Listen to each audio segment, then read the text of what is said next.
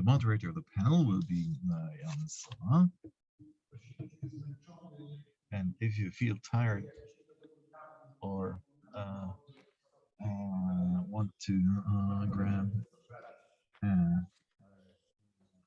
orange or a bowl of juice, please feel free to do so at the front of the room.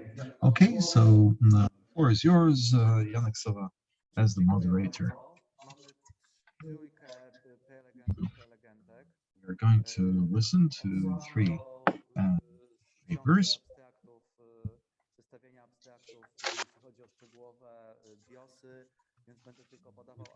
Or to the Book of Abstracts for extensive biographical notes. So without further ado, let us move on to Alicja Chwieduk from Adams University Poznań, host of our conference. The title of the paper is "What the Yellow Vests Have Taught Us."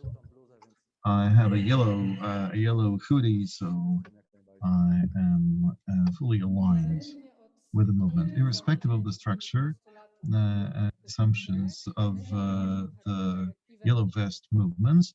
The media treated it as an event. Looking today at the first year of activity of the Yellow Vests, you can see the tragedy, the drama of the whole movement. In order to illustrate this, I will confront three aspects.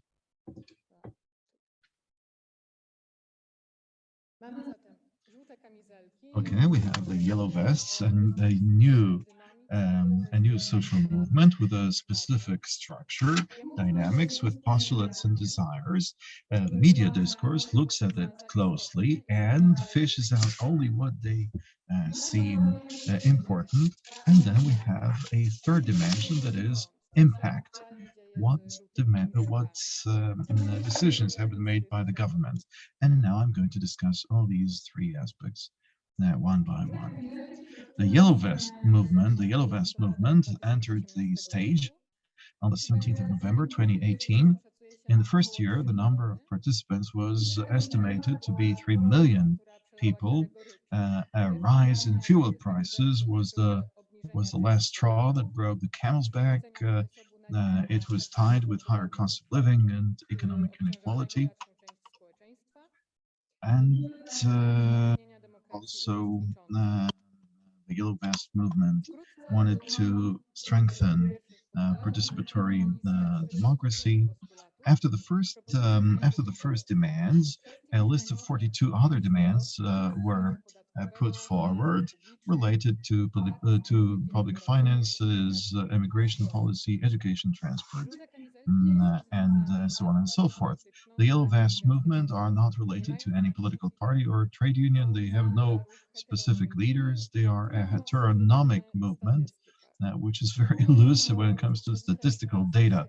These are mainly representatives of the middle class, many of whom had never taken part in any political rallies, but they represent a host of different professions and political views. The structure of the movement is determined by such soft tools as time and space. It all began from online petitions, online demands of three people who openly criticized the policy of the government. In the post-industrial society, from the field of work to the culture field, for the new social movements, the stakes are a dictionary of power words, and the object of conflict need not be necessarily the material status, the economic status. The demands of new political movements focus on the struggle for the creation of new identities. And here we mean the respect of a single citizen by the French government.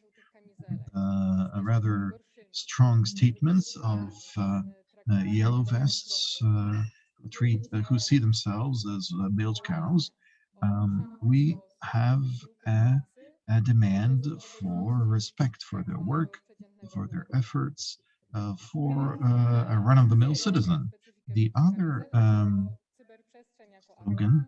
The other element that defines well the Yellow Vests movement is the cyberspace, because the Yellow Vests act in line with the laws of the internet in an atmosphere of an almost unbridled freedom of expression.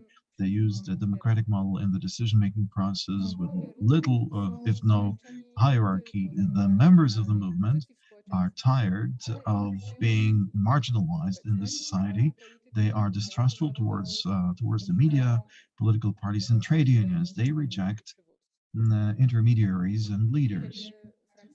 When the French intellectuals try to make head or tail of the movement, they ultimately realize, like Alain Touraine, that mm, the cornerstone of the required reforms is the recognition of a deeply humanistic attitude by both the government and the protesters. The most elusive desire of the Yellow Vests is the desire to be heard. And you can only be heard if you devote them time for a face to face encounter. This need of an encounter is this need for resonance, need for encounter, is described by Rosa by the need for resonance. We find happiness when we realize the dream of direct, immediate experience. And I believe that the Yellow Vests show this, or reflect this very resonance, need for resonance.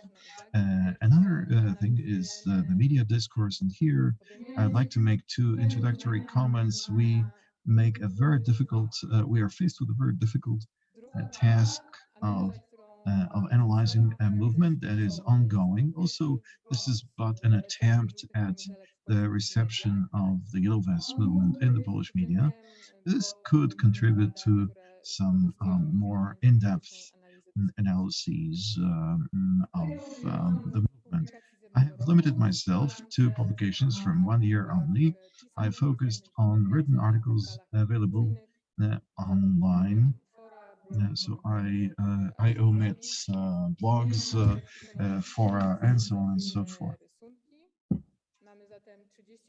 So I would like to refer to 38 texts. They are usually very effective. There are no texts that openly criticize the Yellow Vest movement, but there there are only 9 of those that openly support it. Let me share with you some of the headlines of these articles. And these are the French Revolution 2.0, the biggest social revolution in France since May 1968, pure revolt, revolt of the people. France is boiling and burning. Political agency of the crowd taking to the streets. The Yellow Vest movement has once again shaken the foundations of the republic. So the Yellow Vest movement is associated with the revolutionary label, with a riot that changes the course of history. And another tendency is that they are part of the topos of pure revolt, pure riot, and therefore they are a foreshadowing of an imminent collapse of France. Now, let us try to transpose this the media coverage onto reality. Now, what are some of the decisions made by the government? Uh, okay, you see them highlighted on the screen. The government abandoned the fuel tax rise. They abolished taxation on overtime pay. They reduced income tax for 17 million households. Mm, And also, there was no, however, there was no consent to a referendum. There are no activities aimed at strengthening participatory democracy. The government has organized 2 unprecedented events: a large Le Grand Débat National,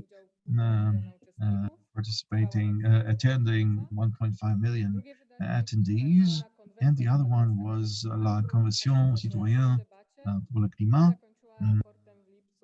which concluded with a report in July last year. Number of participants with a group of experts. I put the bomb icon next to both events because both ideas, even though they are unprecedented and innovative, they are deeply concerning for the French public opinion. This is because the government said at the very beginning that if the results are not conclusive, okay, the government said at the very beginning that the results are not going to be conclusive, and also there were doubts about the methodologies used here. Now, what happens with the yellow vests now? In 2019, in the elections to the European Parliament, there were two electoral lists that were to get as much as 12%. However, all in all, they were supported by less than 1% of the voters. In January 2019, they also set up the Assemblée des Assemblées, an assembly of assemblies. 6 meetings have been held so far to discuss the present and future of the movement and changes in the political system. In October this year, we also had demonstrations and rallies, but they were very modest, you could say. Only a few dozen people were attending. The 19th of November is going to be celebrated as the third anniversary of the movement, but international media are so far silent about it. And drawing to a conclusion, slowly but steadily, I picked up a few voices from amongst the yellow vests, such as Macron did not listen to what we said, and he just threw out some breadcrumbs like the reindexation of pensions. And it doesn't make sense. Everyone wants to, but after almost 3 years of it, we are physically and psychologically exhausted because unfortunately we can see things are not changing. You pass messages full of mistakes. How do you expect people like Macron to listen to you and take you seriously if you're not able to speak proper French? Such statements are reflexive of the state of mind and the representatives of the yellow vest movements in their social perception. The Polish media discourse treated this phenomenon as an event, and what was strengthened in the public perception of the movement is the most clickable bits and pieces. So the general reader will have the impression that something great was about to happen, and all of a sudden the movement fell silent. I would not like to ask if the Yellow Vest movement has come to its end. It has experienced its own burnout in order not to tap into the discourse enforced by Polish media.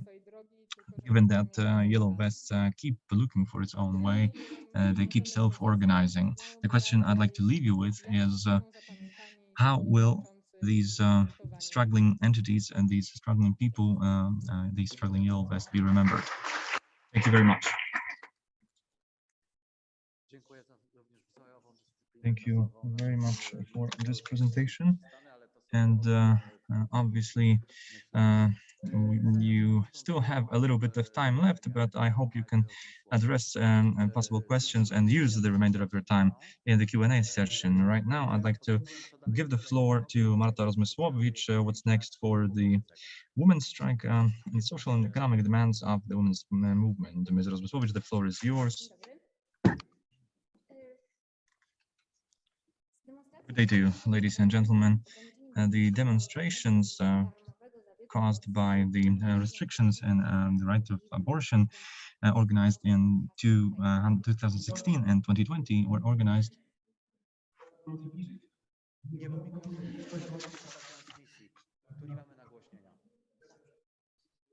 apparently we run into some technical problems, so hopefully we will be able to resume the session very soon. So we've had the women's strike in 2016 and 2020. However, neither in 2016 nor in 2020 was a general strike of workers announced in any of the plans across Poland, despite the fact that many workers took to the street in acts of solidarity with women. There were no official workers' strikes organized that would accompany those of women. And I'd like to ask how come these women's strikes did not provoke workers' strike, as was the case in Iceland in 1985 or in Argentina, where women's strikes locally were accompanied by such events and which are a point of reference for Polish women's strike. For sure, we are bound for more women's strikes to take place in Poland. And the big issue is to avoid the fate of last year's demonstrations in the sense that they did not transform into general strikes of workers or working people. We know that in October, the Constitutional Tribunal of Julia Przyłębska passed a verdict that basically prohibits abortion in many respects, and as a response in response to this verdict, women's strike took to the streets and took the mantle of representing women's rights in Poland. And on October the 30th, the Polish women's strike made an attempt, that is, to organize a general nationwide women's strike. And that famous women's strike took place in October 2016, where the activists of women's strike appealed for everybody across Poland, especially women, to take emergency leaves and not turn up at work. Take any excuse possible in order to refuse working on that day. So there was an attempt to organize, to mount a general strike. However, this general strike did not pan out as intended. There were also talks with the trade unions to hold a general strike in accordance with the general labor law in Poland. However, these talks also failed largely, and I say that as a representative of a trade union myself. So there were such attempts. However, women's strike basically appealed to the freedom of gatherings to organize and stage numerous demonstrations across the country, in which many of us did participate, as we did last week during the latest round of strikes, where people blocked the main arteries and roundabouts across different cities and small towns in Poland. However, so far, these strike forms have not been successful enough in triggering or in failing to trigger amendments to the strict anti-abortion laws in Poland. This is the key to the success of women's strike for many reasons, because strike as a tool is a means of leverage that can exert pressure economically, and that is a tool that can include other groups of stakeholders in the process, including employees, and if they were and employers, and if they were included in these circles staging general women's strike, then they would be definitely rendered more effective in terms of exerting greater pressure on the political class. Obviously, we do need workers in order to make things happen and to exert change. We need them to subscribe to protests, but in our legal structure in Poland, this process has to occur at the in-house level across different places of employment. And what we failed to do was to translate the general anger and the street protests to the respective workplaces. Why did it happen? Why did it go that way? The first reason is the regulations behind the organization of general strike in Poland. So what was possible to take place in Iceland in '85 or in Argentina later on in Argentina, which is the world's leader of general workers' strikes, where I think that the ratio of people of strike is 340 days per year that somebody goes on strike in the country. And you can also stage a general strike in the country where trade unions call for strike, and you can legally refuse work on that day. And you can do the same thing in Spain and in other countries. In Poland, we have no such nationwide regulations in place, so it is virtually impossible for the Polish women's strike to appeal for general strike to the same extent. That's the first problem. The second problem is to what extent is the general strike regulated in Poland, and based on the general education law in Poland, which is highly prohibitive. Collective bargaining agreements are strictly regulated legally, and so to engage the employer, you have to render him or her the entity that agrees to the protest in the name of these postulates. And even if you did include the right to abortion among the strictly economic categories, such as the right to raise, the right to paid leave, or health leave, then even if it was possible to include the right to abortion amongst these postulates of collective bargaining disputes, then you would have to institute a committee similar to that which was established at Amazon Poland, and that committee would have to go through a complex procedure which comprises several stages. Each of these stages opens the possibility of blocking a group of employees who want to go on strike, and because it involves a referendum which can be skewed one way or another. So this is how the employment structure and strike organization structure in Poland looks. So we've had different groups struggling and striving for amending this faulty legislation, which prohibits the realization of the constitutional right to protest in Poland. Such an interpretation of this law is shared by our trade union. We opt for the simplification of this complex and convoluted legislation and its interpretations. So what do we do with this stance? Whenever we talk about strike, then we need to realize that many Poles fail to imagine how deep and profoundly impactful the restrictions placed on general strikes in Poland are, and how deep they restrict their constitutional rights.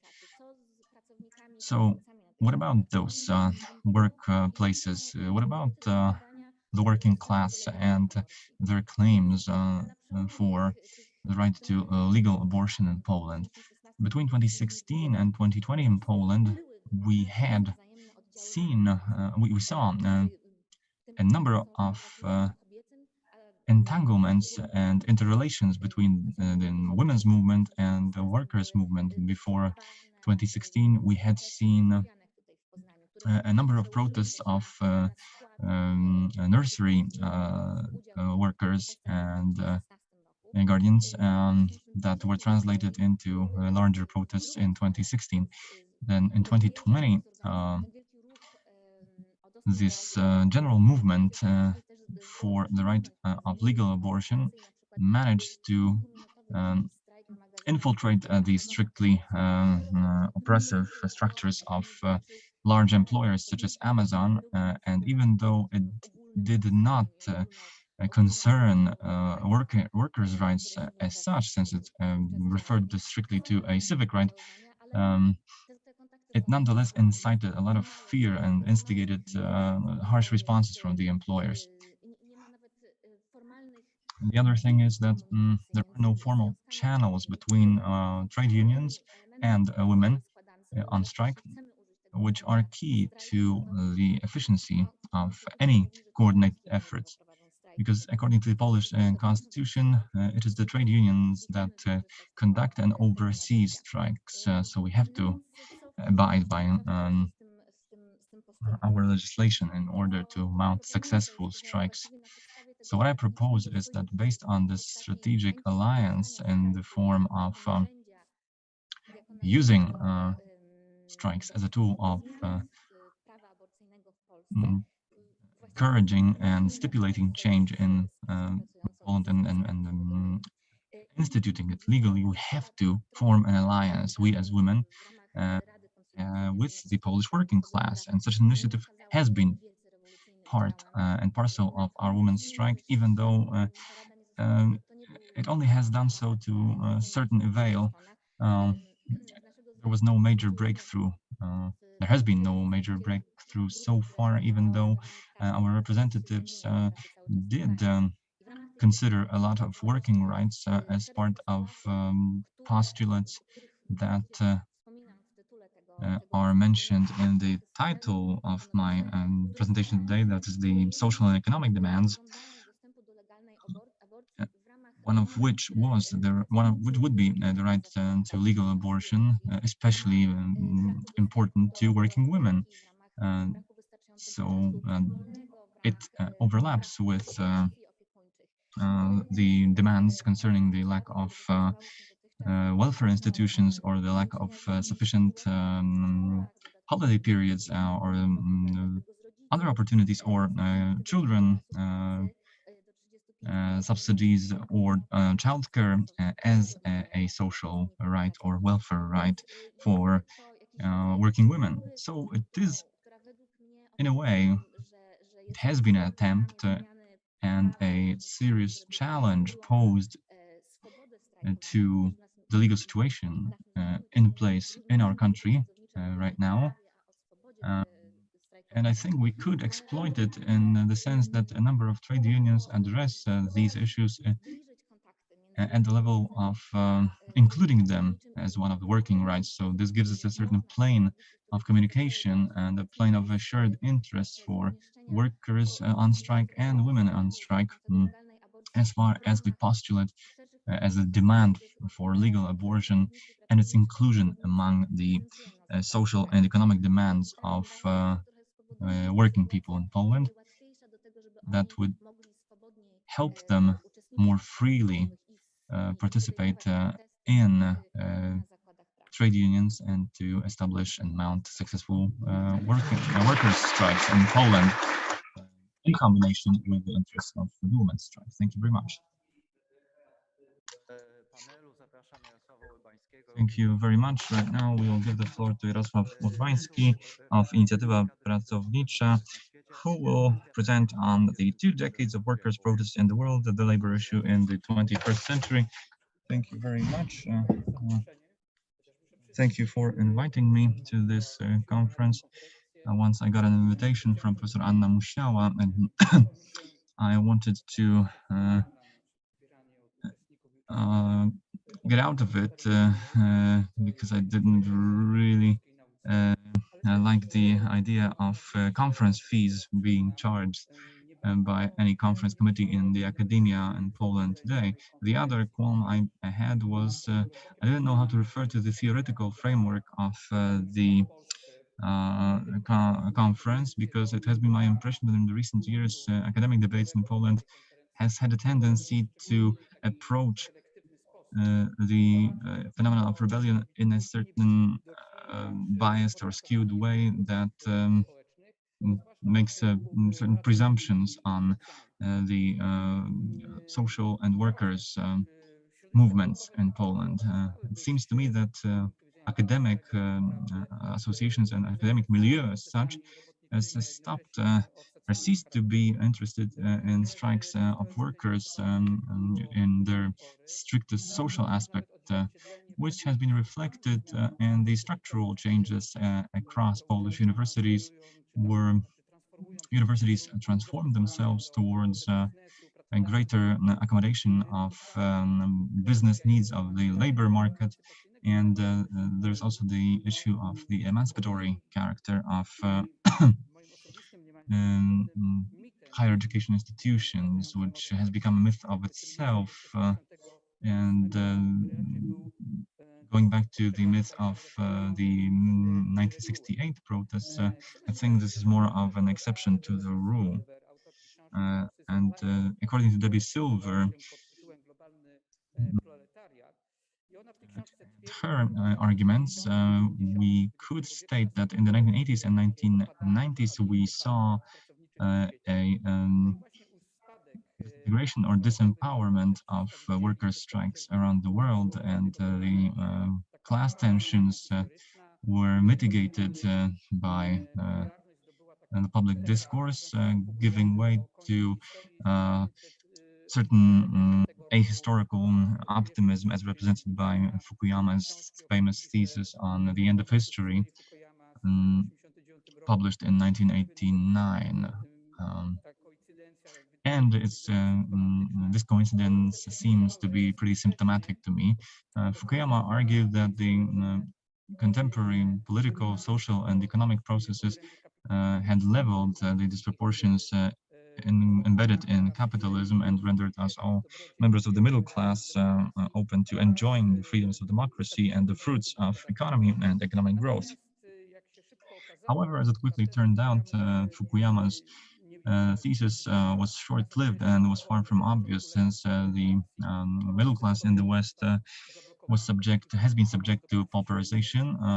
In Poland, on the other hand, challengers wanting to break through to the middle class quickly realized that Fukuyama's new order was unattainable and sparked a number of crises: ecological, economic, and political.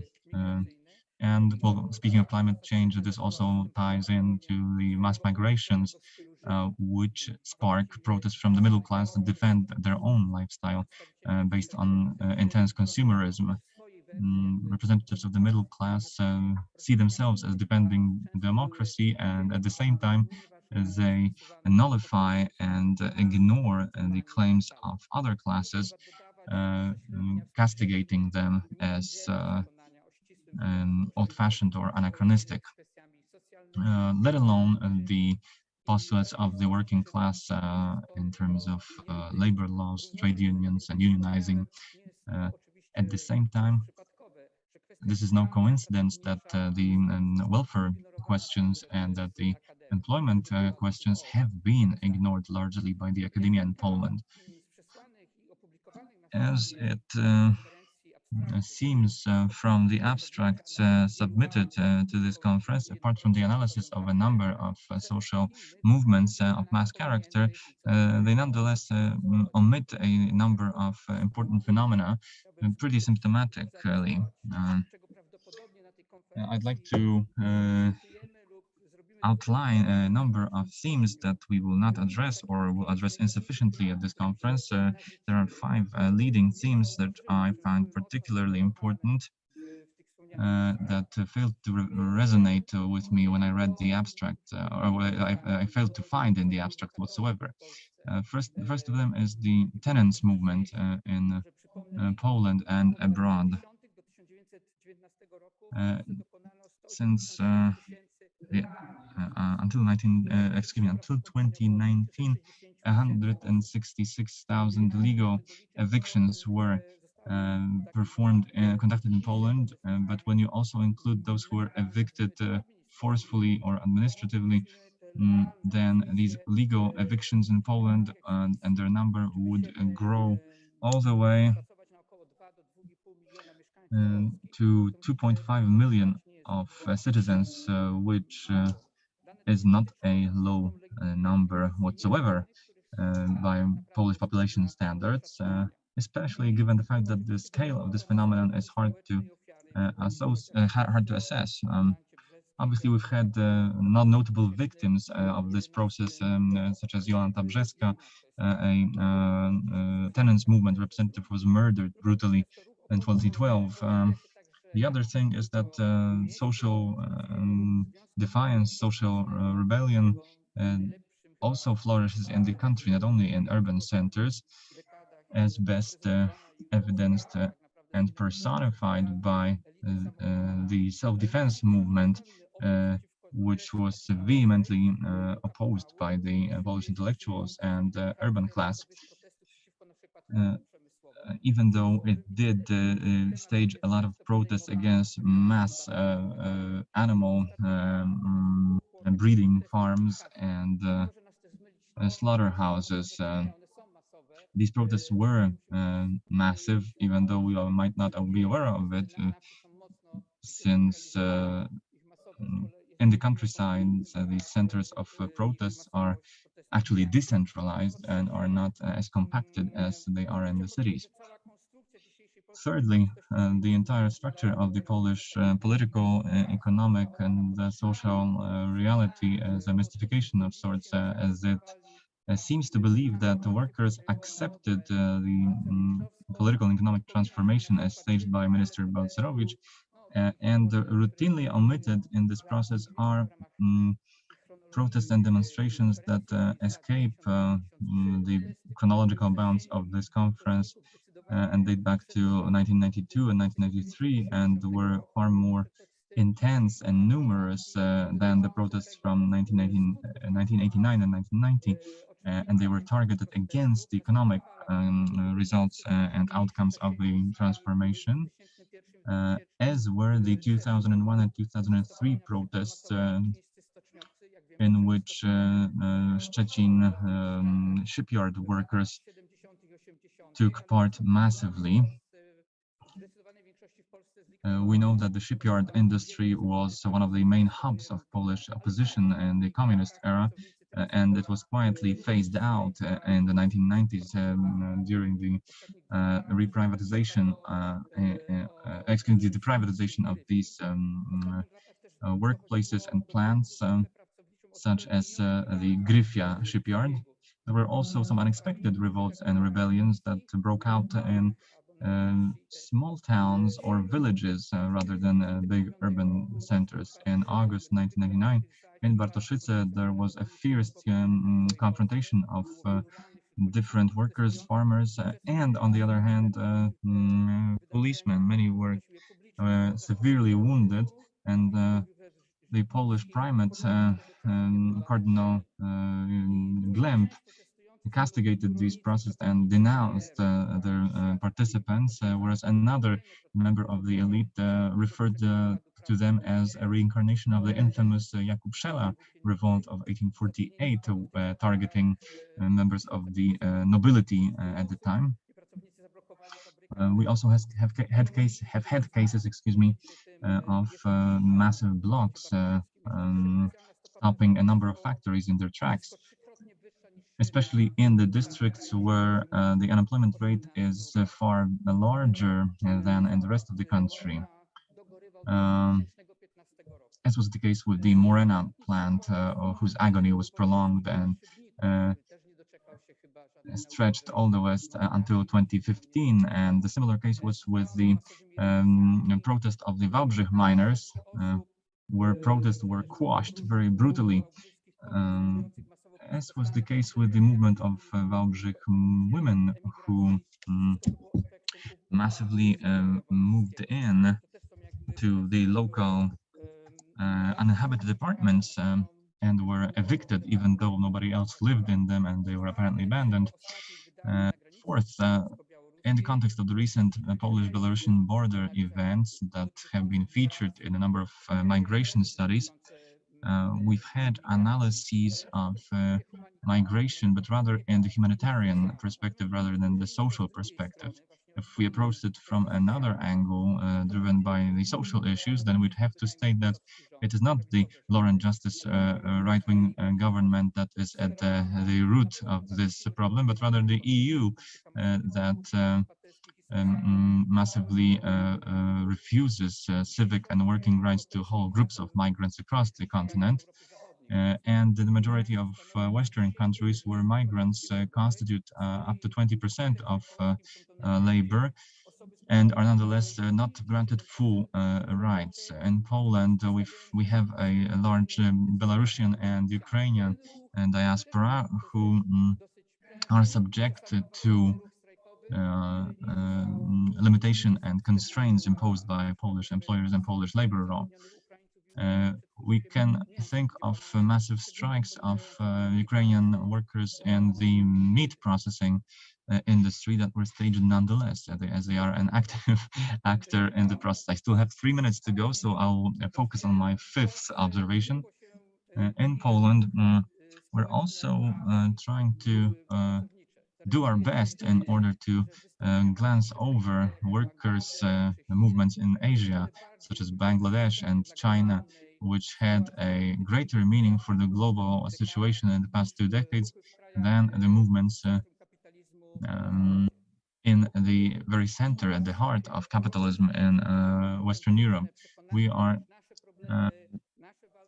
biased towards seeing Western Europe and its phenomena as the trajectory for the development of movements in both the social and the economic dimension. We have to accept the fact that we are no longer the hub of the world, neither us nor America, and the movements staged in Europe and North America are more of a emanation of resentment than rebellion. And my 2 final bits before I finish are the following. First of all, it is not important what we say in this conference, at least not so much as what we do not say during this conference. And I'm afraid that the class makeup of the movements addressed by the speakers at this conference is qualitatively and quantitatively different from the movements that you failed to address. And I'm afraid likewise that the aspirations, interests, and worldview of these groups will be moved to the background. Now, the second conclusion with reference to Professor Przemysław Czapliński's reflection, I'd like to state that protests in Poland are organized as part of 2 different domains. One of them is the economic one, and the other one is the civic one and civil rights one. But now, as it sounds, I'd like to state as a representative of a trade union that I need to keep getting back to this reflection that for as long as these 2 spheres are separated and are not intertwined very strictly, then our hopes for a change in the social system will be unrealized unless social rights or welfare rights, economic rights, and civil rights are treated as joint and inseparable.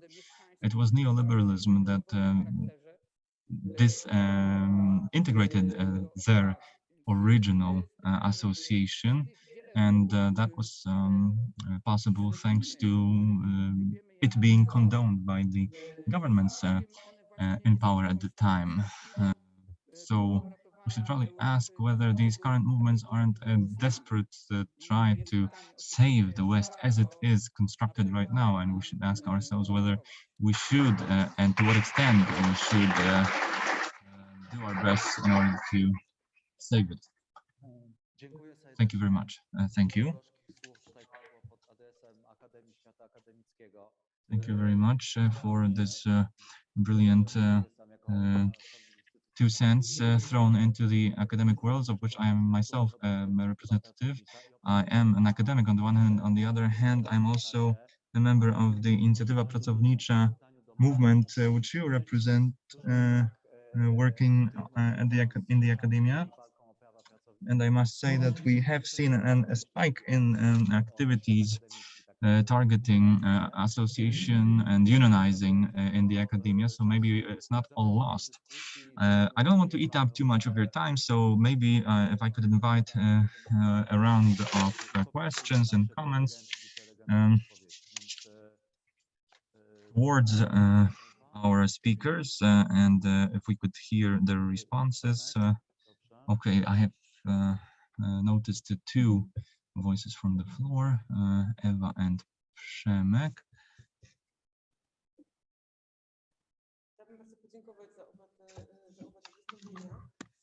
To thank you for all these presentations, and I was deeply touched by the problems of labor and trade unions, and I think that you may not have been entirely right about it being excluded from this conference because we had an entire panel devoted to it. But as a member of Inicjatywa Pracownicza at the University of Warsaw, I'd like to share an anecdote. As a member of this trade union, I myself was involved with the negotiations with our president. As part of our educational reform in Poland as a sweetener to the bitter taste of the said reform fostered by the then Minister Gowin. And in the negotiations entailed in the process, trade unionists wanted to give raises to on the upper echelon of academic workers, professors, to which I opposed because I wanted to grant this right to the underpaid workers, assistant professors, doctoral students, and workers of the library and administrative workers, to which the president of the university said, um, uh, but doctor, we have given them a raise up to the minimum wage, to which I congratulated him sarcastically, naming it a great victory towards social justice, that the largest public university in Poland graciously agreed to extend the right of minimum wages to its own workers because it seemed sarcastic to me that a librarian at the University of Warsaw who earns 1,600 zlotys per month is supposed to feed two of her children and provide roof over their head in the most expensive city in the country. But I nonetheless think that, well, trade unions and labor issues, while marginalized in the academia, well, not marginalized in this conference, are marginalized in the academia, which is a highly troublesome tendency, because if we academics fail to grant recognition to the importance of this issue, and if we fail to understand the gravity of labor law and trade unions and the implications of labor law on trade unions and workers' rights, we will be seeing a downfall and disintegration or moldering of the workers' union, driven by the strict regulations that thwart the organization of general strikes, or by the general efforts to disestablish strikes as something that is démodé, that is old-fashioned and no longer relevant in this time, all of which will cause the situation to worsen even more. But to remain more optimistic and upbeat, I'd like to notice that over 10 universities and colleges in Poland, local branches of Inicjatywa Pracownicza have been established, which is not only interesting, but also fascinating as a research subject, because analyzing these branches of Inicjatywa Pracownicza is very progressive and is at the vanguard of future research on the topic. So I'd like to ask the question, coming to the end of my comment. You were highly critical, especially the second speaker, Mr. Urbański, towards the presence or absence of workers' rights in the academic discourse. So what do you think academics could do commonsensically based on your own experience and your own involvement in labor movements? What could the academics community do in order to boost the cause of trade unions? Thank you. So, Professor Czapliński, your turn now. Yeah, all three presentations were highly involving. What you said, Jarek, where are you? Up there. I find it to be a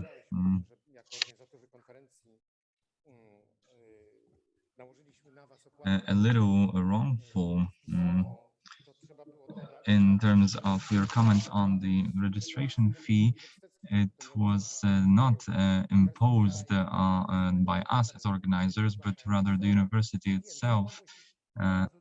Obviously, you may have added that we withdrew from the original registration fee once the pandemic started, so nobody was charged with any registration fees in the end, were they?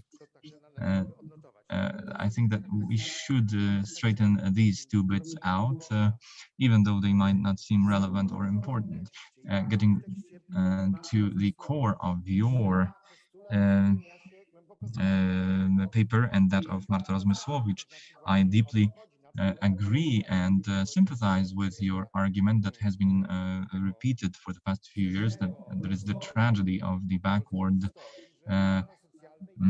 course of Polish workers' rights history and the separation of civic rights and workers' rights, and my demand to reintegrate these two. And I'm all the more glad that you built on that notion in your paper and addressed it. And my question to both you, Jarosław, and maybe you, Alicja, do you see that that project to make sense that we see workers' rights as part of civil rights? That's the question to all three of you. Now, as far as you are concerned, Alicja, who is us? The question I'd like to ask you about what do you mean by us when you ask what have the Yellow Vests taught us? Do you mean us as users of social media and messaging applications? Is it us as workers, or is it us as those who participated in the Yellow Vest movement in France? Because you also included several quotations from representatives of the movement or former members thereof. So would you say you could go into more details into stating who you mean by the pronoun us? Is there anything that we, us as Poles, could learn from the Yellow Vest movement? And the second question would be, what has that movement taught us as academics, as observers of history? Thank you very much. Are there any more questions from the floor? If not, I should probably move to responses. So, in the chronological order in which the questions were asked, I'd like to invite responses. We will probably start with Alicja Chwieduk. Excuse me, this means that the answers will be provided in the chronological order of presentation of the respective papers. Okay, so first of all, I definitely did not address the pronoun us in my presentation, even though it was meant as a catchy hook that would get you involved in the presentation, although it was in fact a little bit understated in my presentation. When I think of us as we sit here, and myself as a doctoral candidate and part of this assembly, as an observer of a movement I observe from the outside, from afar, as it is not organized or doesn't manifest itself in my country, but in another one. I wonder what I, as an observer, can learn from this movement, knowing that my knowledge of this movement is mediated through the fourth estate, through media narratives. I am not a member of or a commentator of this movement. I only observe its perception. And based on the discussions today and yesterday,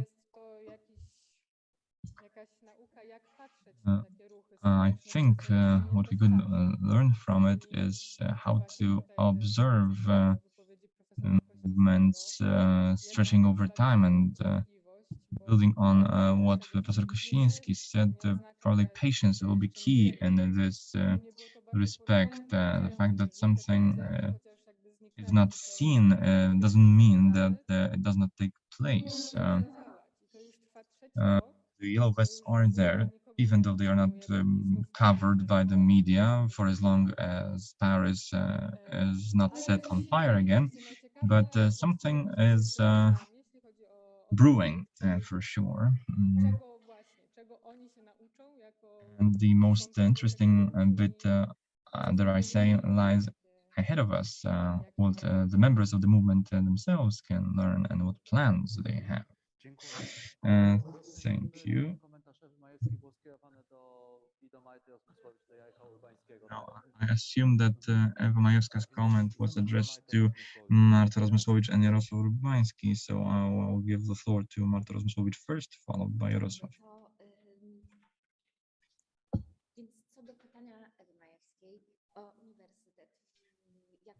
As far as Eva's question is concerned, university as a resource, I need to say that inicjatywa pracownicza has been growing recently, and there have been more and more branches of the movement and other trade unions established across the academia. I think Adam Mickiewicz University might not be one of these colleges, as far as I remember. Nonetheless, each university is a great and serious resource that could provide the infrastructure and rooms for meetings of working people, or at this very moment, one example, one case in point can be our shortage of infrastructure at the University of Wrocław, my alma mater.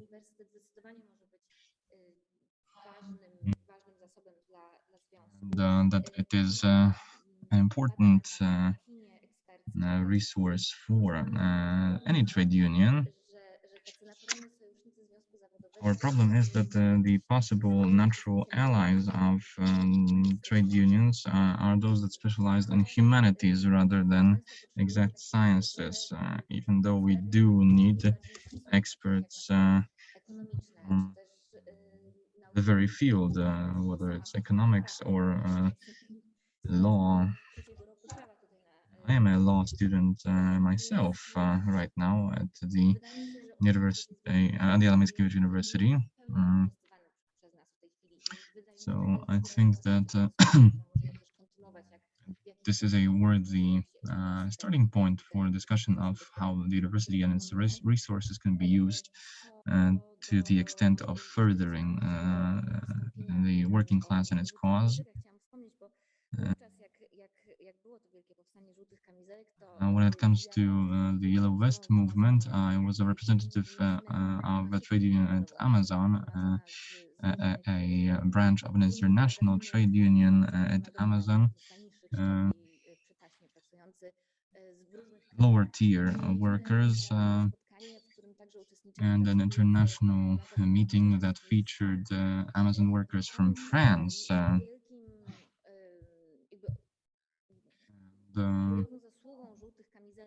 The great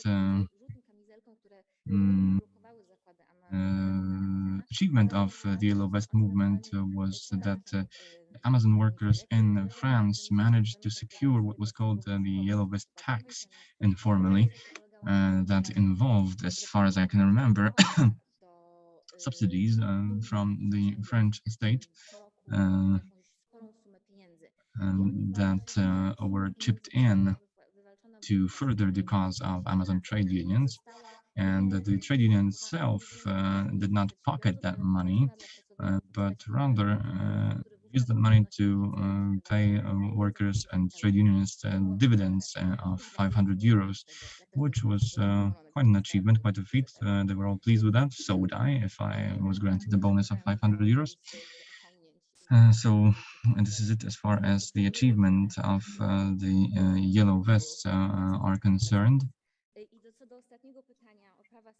And the last question with regard to civil rights, I think it has been my impression that in many meetings we try to buttress and enhance the importance of social rights, but we also need a strategic alliance and a tool that could be applied to further the working class cause and workers' rights.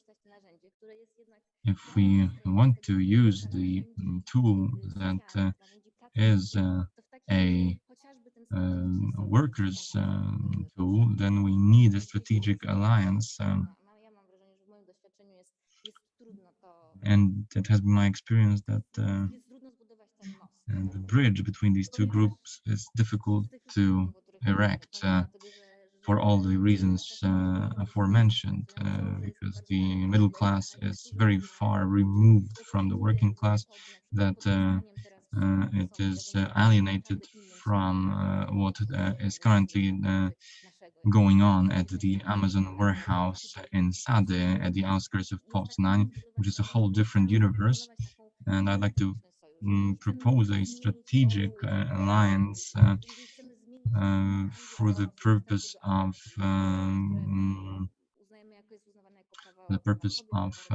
furthering our rights as women, for instance.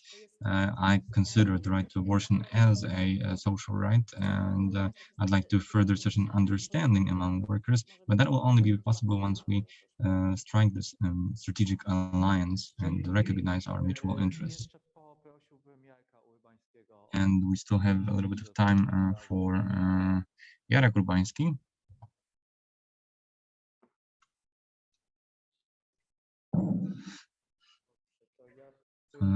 Okay.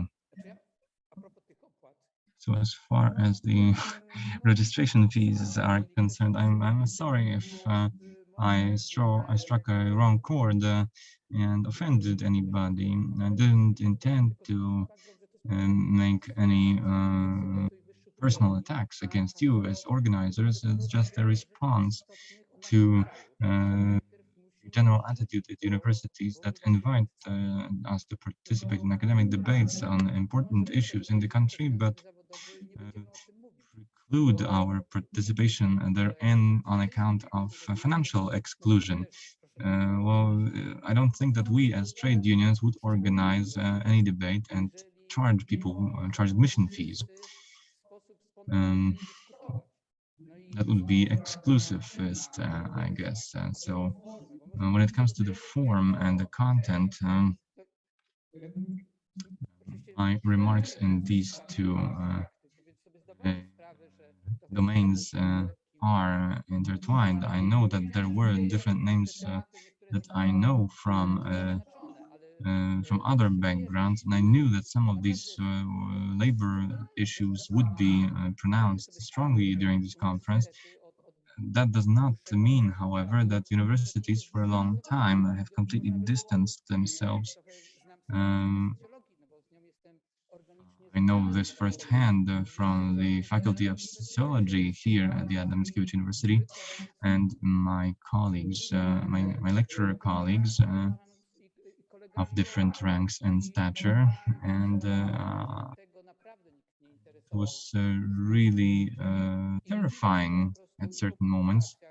At the certain moments, and whenever I looked into the topics of their publications or the themes of the conferences, it's not only about the content, it's also about the format of current higher education institutions and whether or not it fosters such debates, or should it be completely disestablished and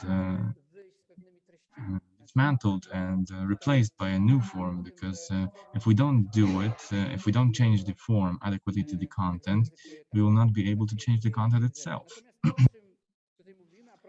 However, whenever we think of what trade unions are at higher education institutions, then this active unionization at the universities, in my view, is not as profound, numerous, and universal as you'd like to depict it.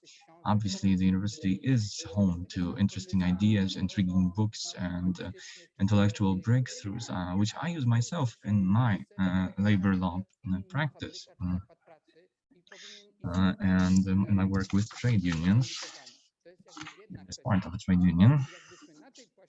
And if we looked at it into this plane, then the universities are pretty measly in this respect and could be connected to the construction sector. And I'm all the more grateful to those of my colleagues who decided to establish trade unions at universities, and not only as part of my particular trade union, Inicjatywa Pracownicza, but also other trade unions, but no fireworks here, unfortunately. No spectacular results so far, which is especially striking given my experience to date. I thought that I could demand more from myself and others, but I was wrong. Thank you. Thank you very much. I agree that unionization at universities is not perfect and sufficient, but if we could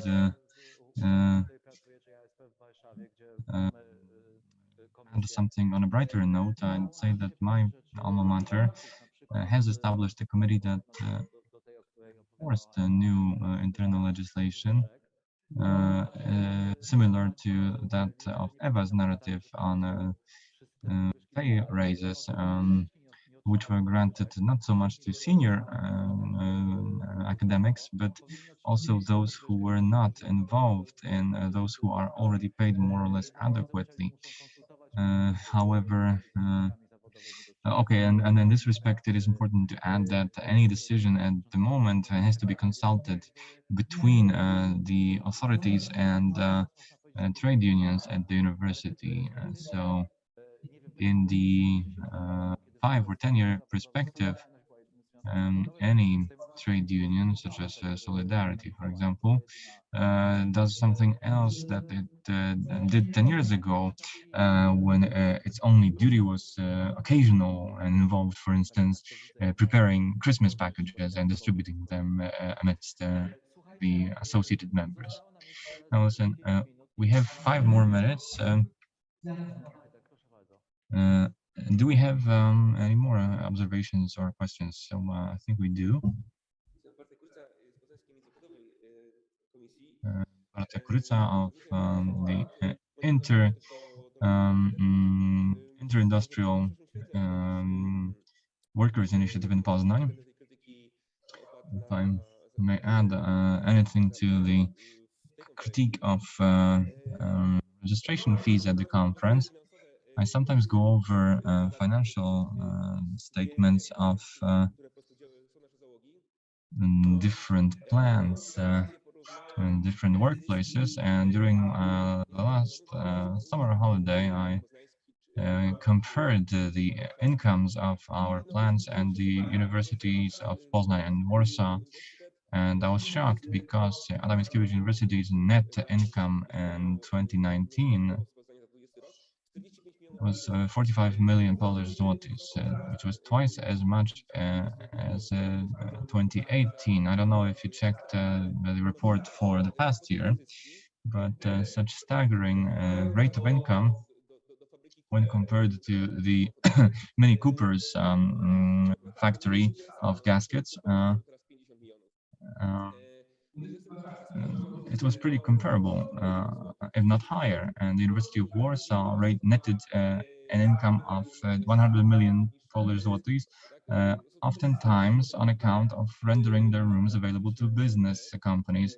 Whenever we try to convene here, we have to squeeze ourselves in a calendar, because these rooms are often reserved and booked in advance for multinational corporations such as BMW and so on.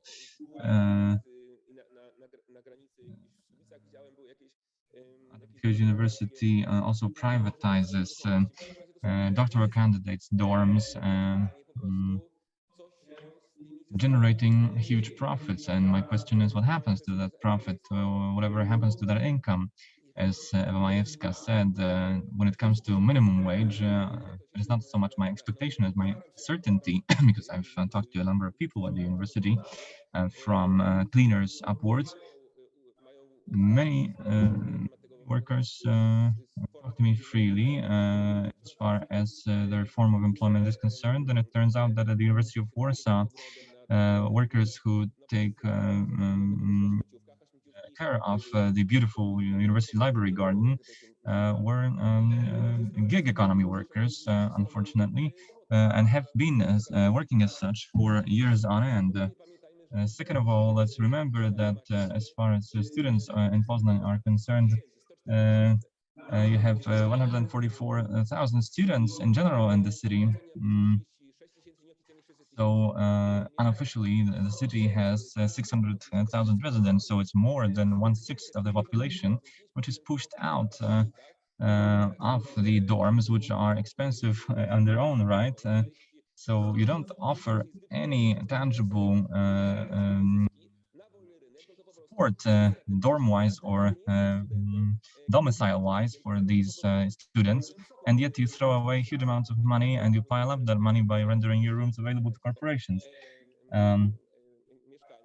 I struggled with that myself as a student. I had to use the private marker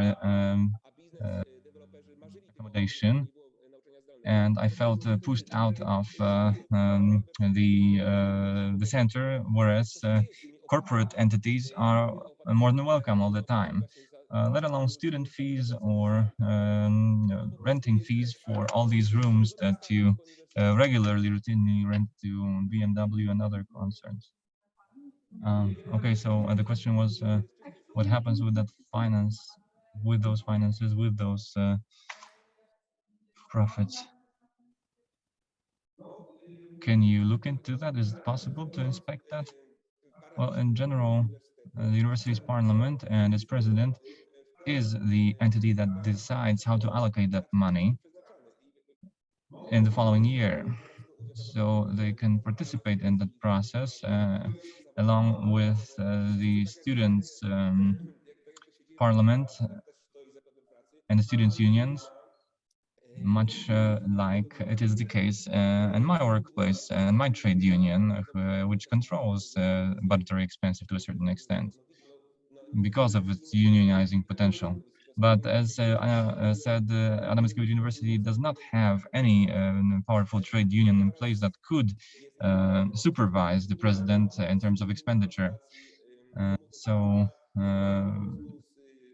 when you think of privatization of doctoral dorms, the fact that these cheap rooms are no longer available to your PhD candidates renders it impossible for them to spend their leisure in a more pleasurable way, for example, go to the mountains, because they have to spend all their money on accommodation and basic expenses.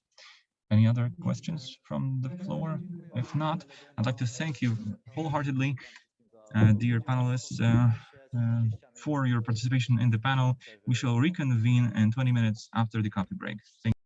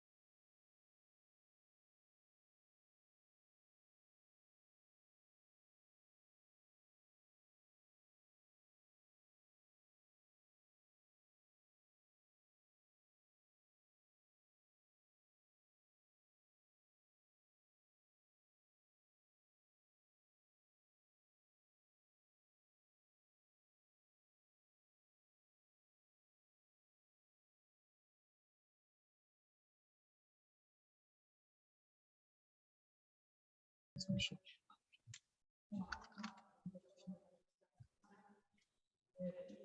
co, to tutaj na mikrofon, ta przy panelu, więc musisz wtedy używać. Najpierw sobie włóż te i na to nałóż te.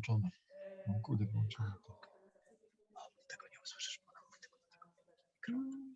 A tu mogę.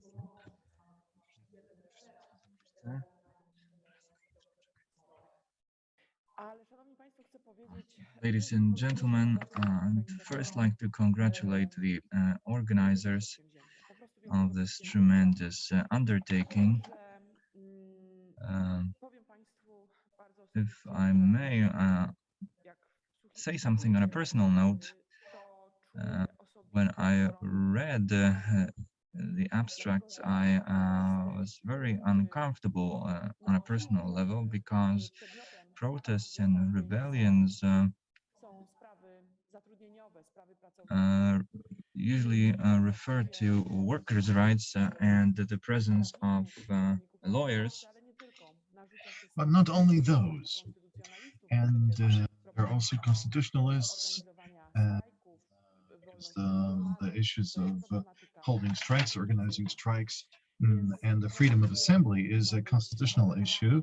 So actually, we should be getting have a lot of constitutionalists taking the floor. They love to speak about the constitutional court because these are interesting issues. However, the freedom of assembly, its relation to social riots, social protests, related to mundane things are not really the object of interest of constitutionalists. This is a sad conclusion because this relates to my colleagues, and I believe that the constitutional law and the labor law actually have to trumpet defeat, or have trumpeted defeat. We just heard Marta Rozmysłowicz, who said that these classes are totally uninterested in social matters. There is a disparity. There is a complete lack of interest, and this might be the outcome of the Americanized Polish society. The process, which started in the early 1990s, has left a heavy toll on our society and reached its apogee. And it's really hard to, from my professional issue, labor law, which is actually non-existent in this world. It couldn't possibly operate, and this is actually a side effect of the transformation period of the early 1990s. It's hard to speak about its efficacy since we didn't have a coherent and cohesive vision of work since the early 1990s. Actually, the amendments to labor law reflected ongoing changes on the labor market. Nobody has had any idea, and this labor law has evolved of itself, so to speak. But we have specialists on strike law in Polish labor law. They have there have been 2 professorships awarded on this basis, and these people should be taking the floor and should be talking about these issues, and they seem to be totally uninterested in this issue. And actually, if they did take the floor, they would not speak about the practice of labor law. And now we are going to have the first speaker, Dr. Iwona Florek, who, together with Professor Bronisław Sitek, are going to talk about the freedom of assembly and worker obligations. I think this is a most interesting subject. We protest. We also hold protests at a time when we are supposed to be at work, and there's a clash between our obligations as employees and our obligations as citizens and men. Dr. Iwona Florek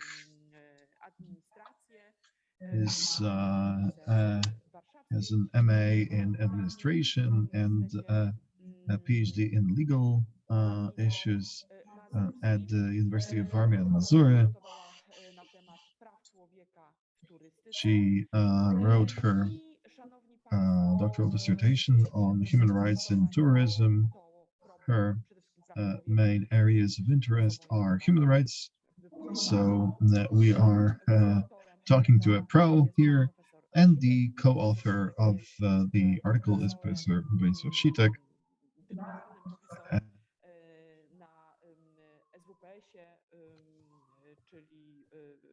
a professor at the SWPS University.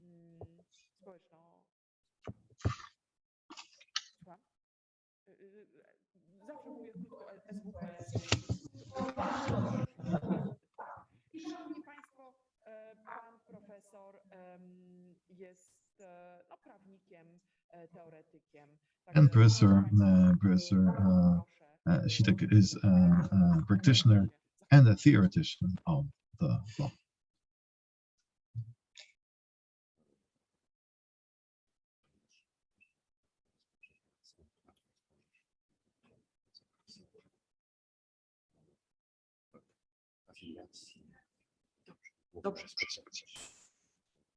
Dzień dobry. Dzień dobry, pani profesor. Very good afternoon to all of you. Hello. Can you hear me? Can you hear me all right?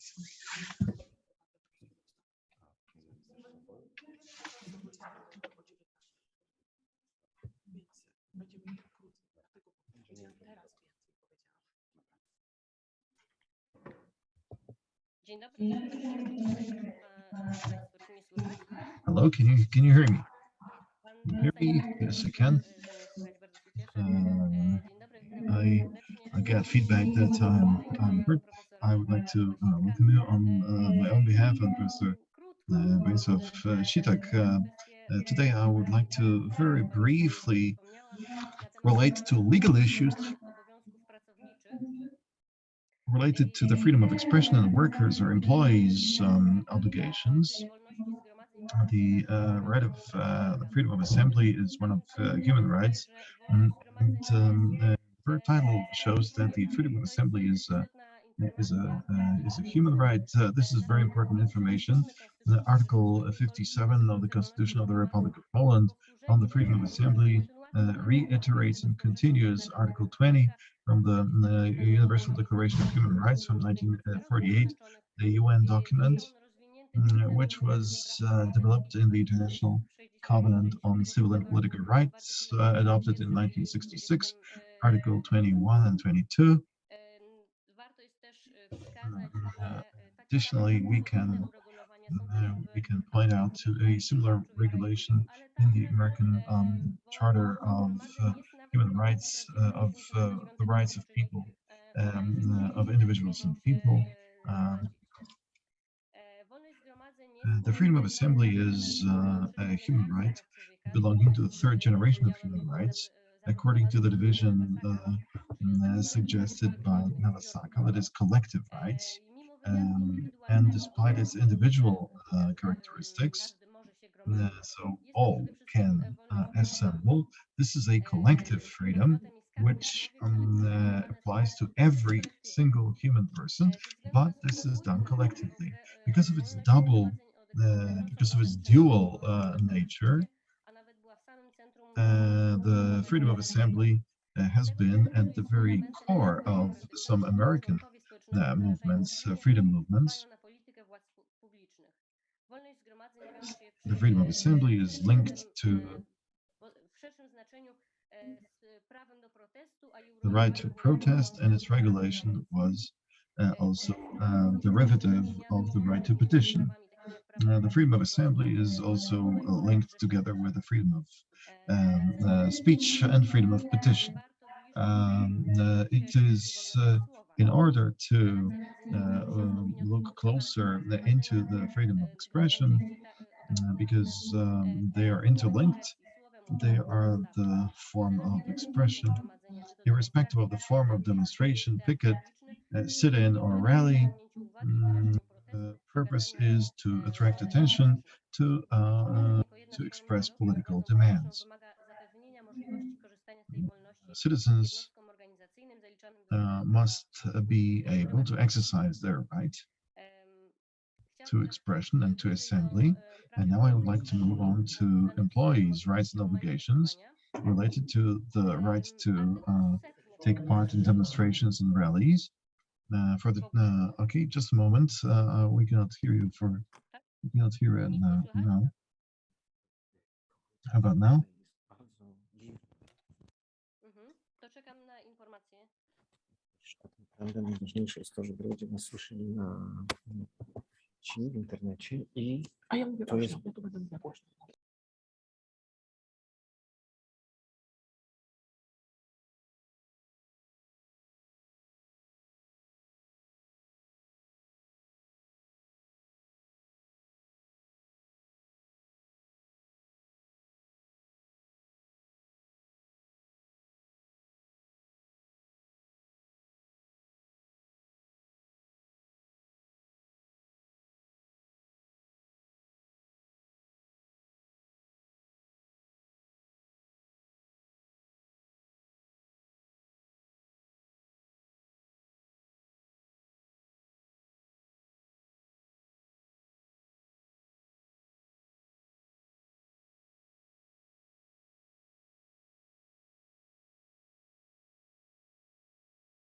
Dziękujemy i przepraszam jeszcze raz za...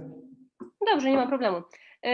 Tak jak wspomniałam, As I was saying, employees' obligations, the obligations of those who take part in rallies or strikes. Article 100 shows that a set of obligations are like diligent performance of obligations following the orders of the employer, and the workers employed should follow the schedule of work, respect fire regulations, and respect professional secrecy, as well as follow the rules of social conduct. So these obligations are not directly translatable into participation in strikes, pickets, or rallies. However, we should look at the provision related to the time of work. If an employee wants to use the work hours for taking part in a rally,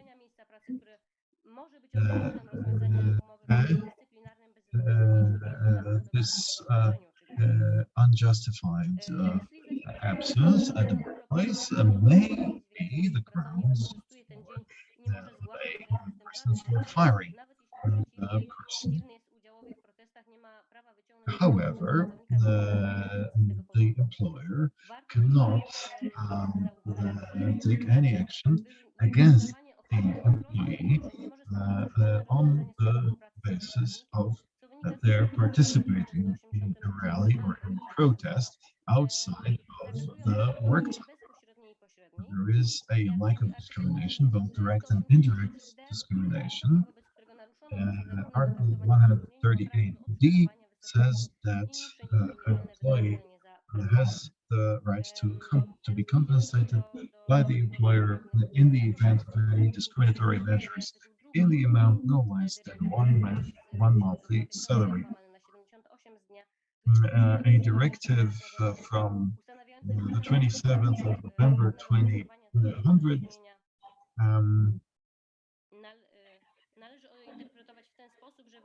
says that przedsiębiorcy zakazujący pracownikom noszenie jakichkolwiek widocznych znaków przekonań There politycznych are some provisions w odniesieniu do pracowników przestrzegających pewnych zasad dotyczących odzieży opartych related to employees wearing signs of religious or political nature.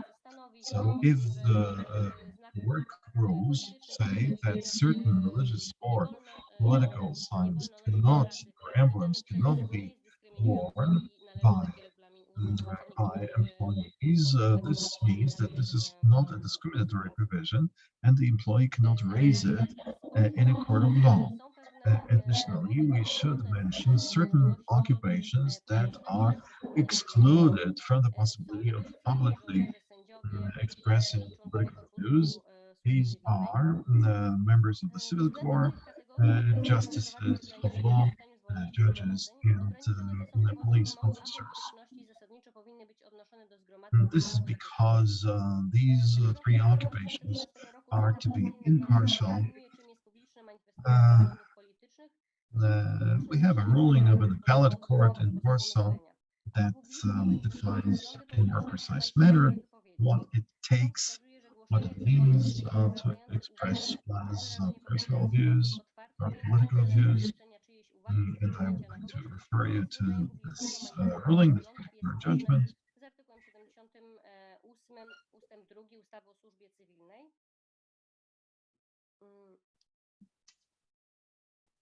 Sprawa ta There was one case of a person who wanted to become a member of parliament, but was the civil corps. This person was entered, the name was entered on the list of candidates, but it did not present publicly their views. So the court ruled that if they did not express their views in public, their entrance on the electoral list was not so the civil corps cannot be excluded from candidates to Polish parliament. Another ruling from Poznań says that a member of the civil corps is especially bound to take into account the interest of the state, and impartiality means that they cannot resort to their beliefs in the exercise of their occupational duties.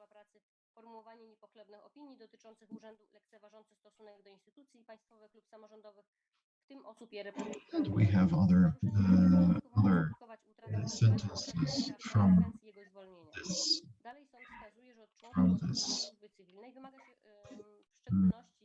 ruling. What we need from members of the civil corps is their maturity, engagement, and taking care of the interest of the state. It's also important. Oraz ustęp 3 zakazujący uczestnictwa w strajkach i protestach, które zakłócają normalne funkcjonowanie urzędu.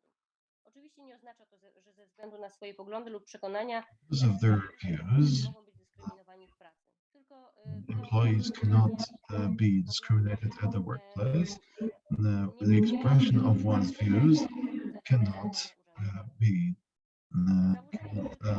disrupt the operation of an office. The civil corps is meant to help foster the performance of different obligations in an impartial and professional manner. A wobec urzędników służby cywilnej wprowadzono całkowity zakaz tworzenia partii politycznych oraz uczestniczenia w nich. W tym kontekście przy powyżej spraw należałoby zatem odpowiedzieć na pytanie, should then ask ourselves whether participation in a political rally does not violate the prohibition of a member of a civil corps participating or expressing their political views. For example, należy zauważyć, sprawa się ma z pracownikami jednostek samorządu terytorialnego, there's a different situation with members of territorial self-government. w protestach społecznych, jak również zapisać się do partii politycznej i publicznie manifestować swoje poglądy polityczne. Pracownicy samorządowi mogą również uczestniczyć Members of local government can also take part in strikes, which take place during their work hours. samorządowych z 2008 However, the relevant law from 2008, nie ma prawa tworzenia partii there are politycznej some officials who cannot form a political party or belong to one. Należy zauważyć, że o ile nie koliduje to z obowiązkami pracowniczymi, Also, if this does not clash with the obligations of the employee can take part in political rallies with the exclusion of specific professions I mentioned to you. sędziowie, którzy mają te prawa ograniczone z uwagi na pełnione funkcje. To wszystko w zasadzie. And this is all I wanted to say. I know that this is not purely a legal conference, that's why I wouldn't like to go into detail too much, but I'm ready to answer all and any other questions. Thank you so much for this very interesting presentation, because you illustrated to us what the situation or the legal situation of persons who are employees are and who want to publicly express their dissatisfaction and show their views. I'm really thankful for your presentation, and no doubt there will be some other questions in the Q&A session. And now, anybody would like to take the floor, would like to put a question.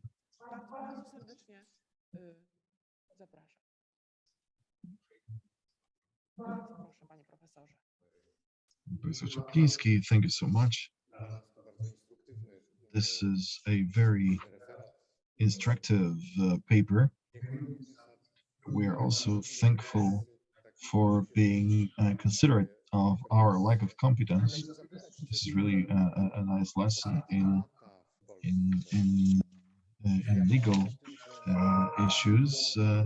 Do you think that over the past few years, the right to assembly has been manipulated? There are some elements which you mentioned, which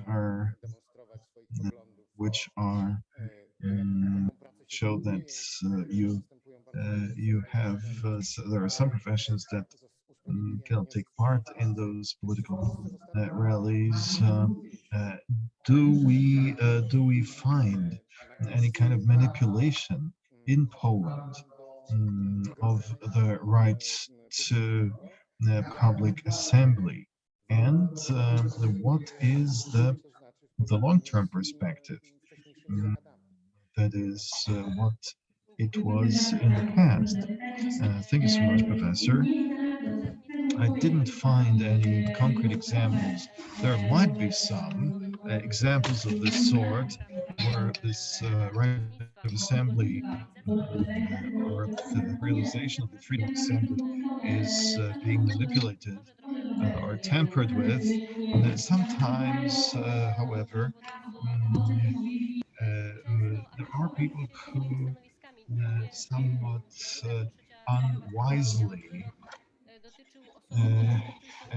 exercise their right to freedom of expression, at the same time showing their position, their occupational position. For example, there was a case of a school superintendent who took part in the political rally, and as she was a member of the civil corps, as such, she should have been more careful as to the content of her social media account. Not only were there some profanities there, but and some sexual content, but there were also some politically controversial issues. And given that she was representing a school board, that she shouldn't have published posts that criticized the reform of education in an abusive manner, right? And this was a grounds for her to lose her position, to lose her job. She lost a case. She lost her case in court. Wykorzystują to prawo, przepraszam, z córką siedzę w domu, wykorzystują prawo do tej swobody wypowiedzi.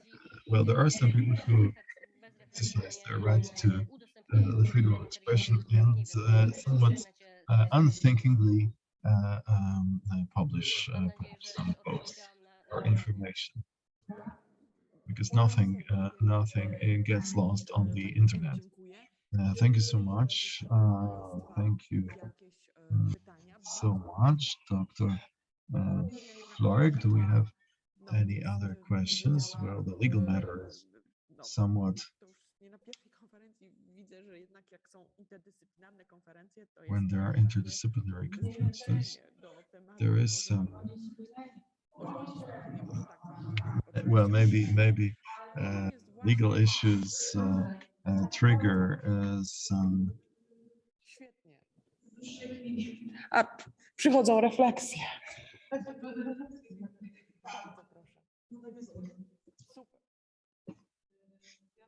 We have another question. We have another question from the audience. And I would like to raise some important issues. They seem so far away from us, and yet they are very close. You spoke about some social media content. Right.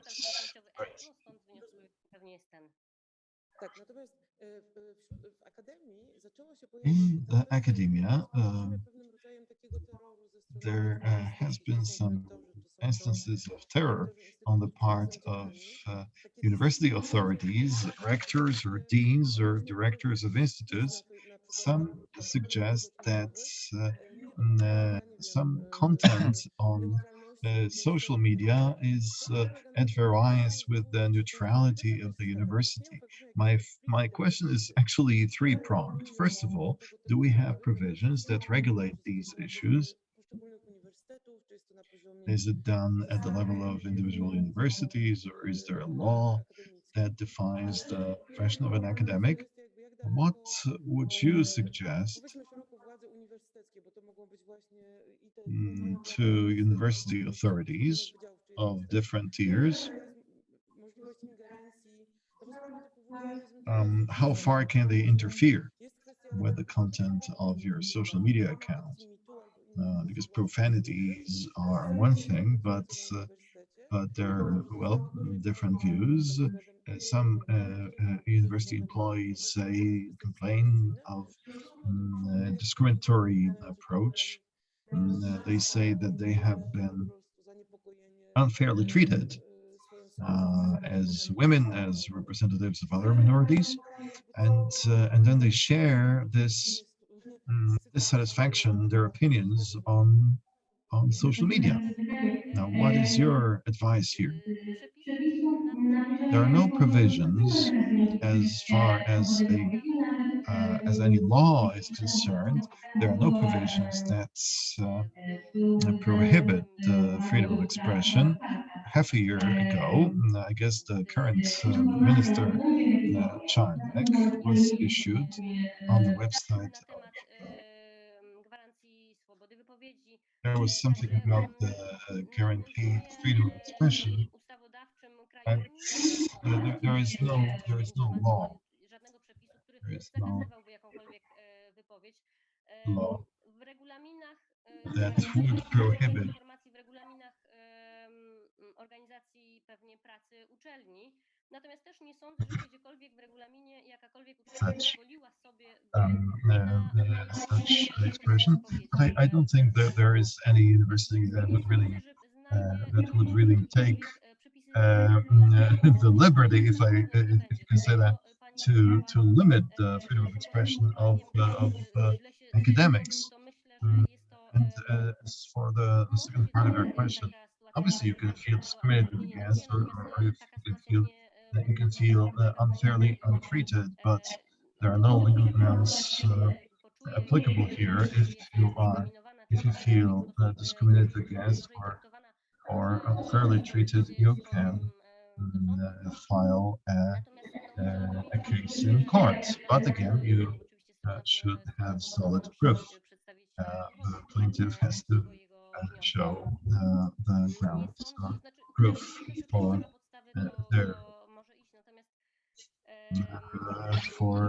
their civil action. But I don't think there would be any legal grounds for limiting the freedom of expression of academics, university employees. If any, I would be surprised if any university would venture as far. This is more like a question of relations, or when AD might look unfavorably at you. If you have proof, you can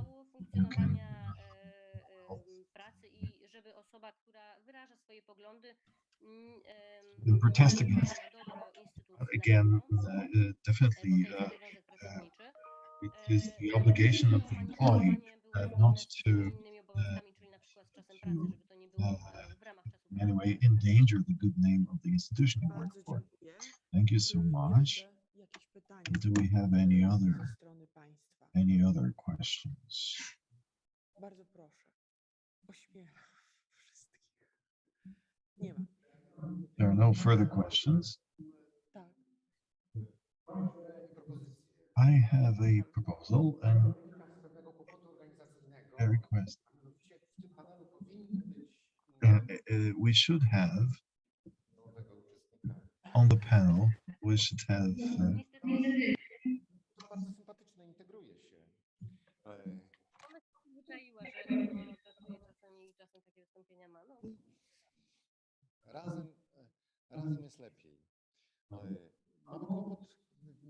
We have a problem because we're supposed to have 3 papers in this panel. However, the first paper is not going to be delivered, and the third one by Michał Sowa is going to be online and after 6 o'clock. So perhaps you could, after the break that is going to be now, to come back to us and listen to the discussion, because perhaps due to the paper by Mr. Sowa,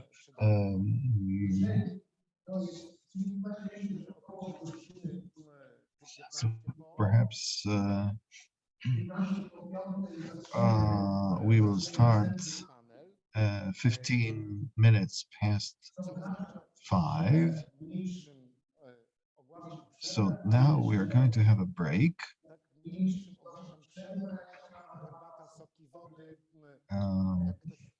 can take some coffee or tea. We'll meet in 20 minutes from now.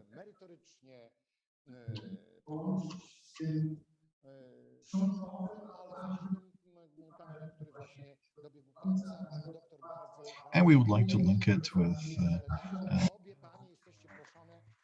both of you are requested to stay with us later. because your expertise is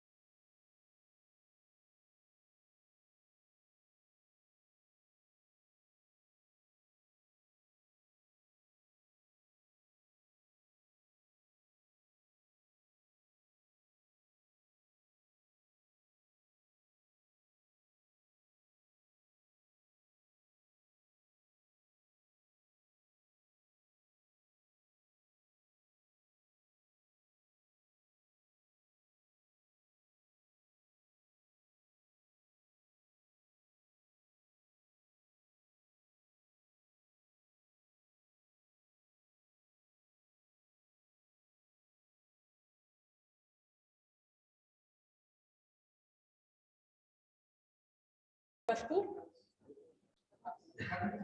Startujemy, wszystko gotowe, okej.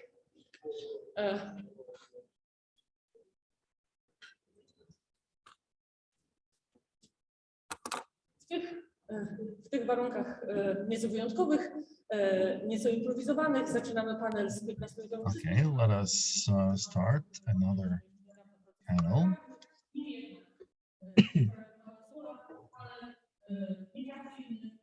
We'll have a migration panel moderated by Ewa Majewska, a major topic.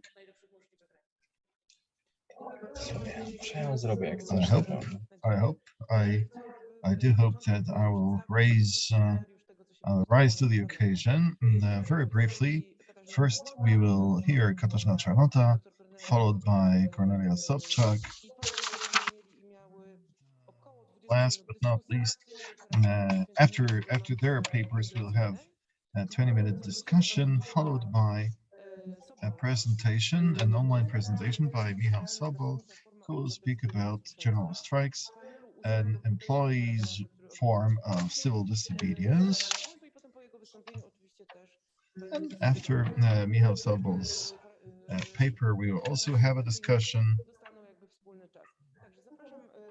So the first speaker is Katarzyna Czarnota, an activist, a PhD student at the sociology faculty at Mickiewicz University, Poznań, but she is also a student of the University of Arts in Poznań.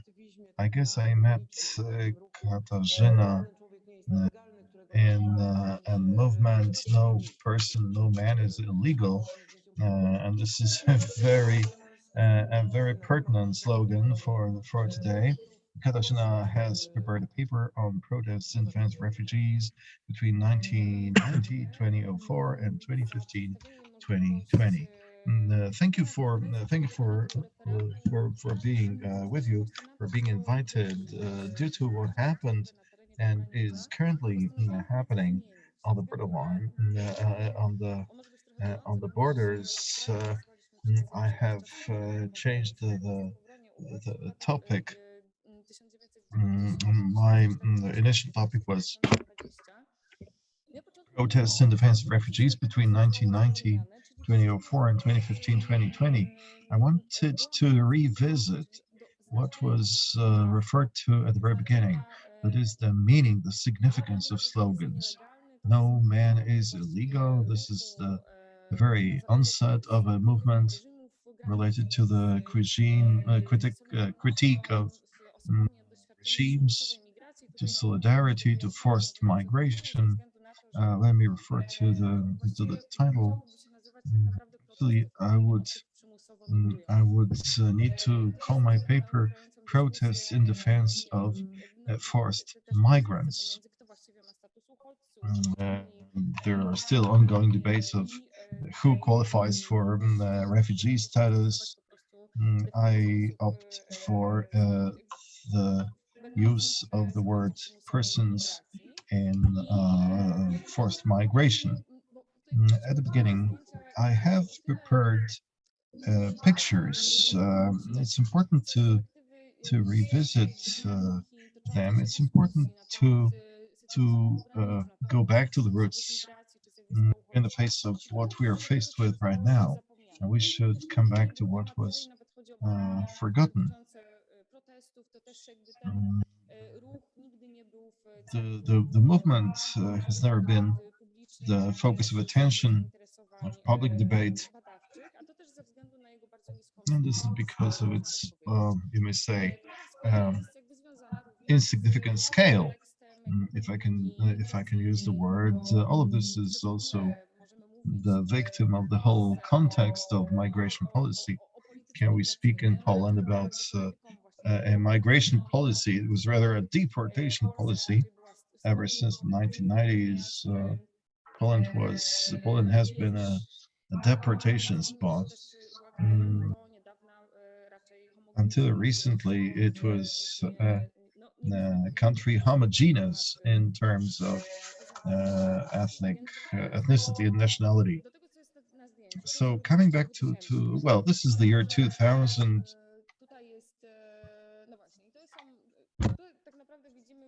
Here we see pictures from different protests organized in 2000, 2001. Let's first look at the slogans. No man is illegal. This raises the issue of migration in terms of exclusion from the community of citizens and the reduction of citizens' rights. What was at stake was the critique of a national state, of a nation state, and the debate also related to the present day model of exclusion in nation states and the status of immigrants and refugees. Persons who had had experience of migration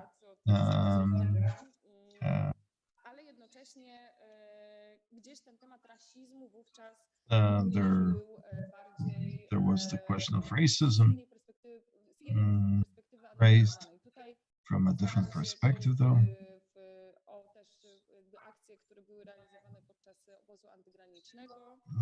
This is again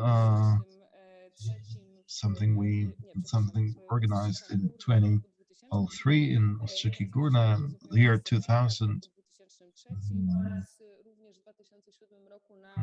There were also protests in Uzhgorod in Ukraine in 2007. In terms of political debate of linking migration, capitalism, we must indicate 2012, the Warsaw No Borders Collective. Their main slogan was "Migration is no crime." They organized a hunger strike in a detention center in 2012. At the beginning, all these actions staged by groups of protests who put forth slogans of, stop deportation. They pointed out to the violence perpetrated by the state, and also they wanted to analyze the significance and the semantics of the slogan "No man is illegal." We can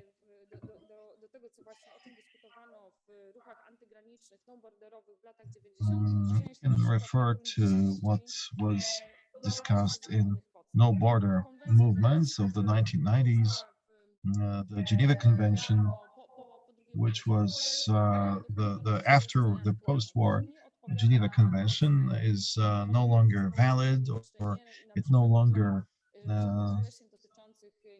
relates to today's migration or economic migration or migration that is a result of the climate crisis.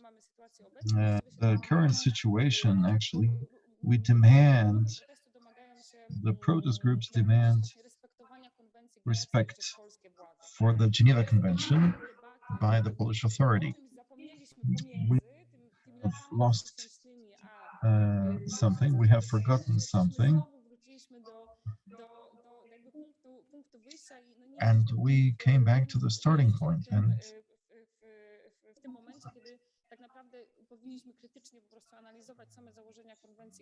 while we should actually be criticizing the very assumptions of the Geneva Convention, we should be pointing out its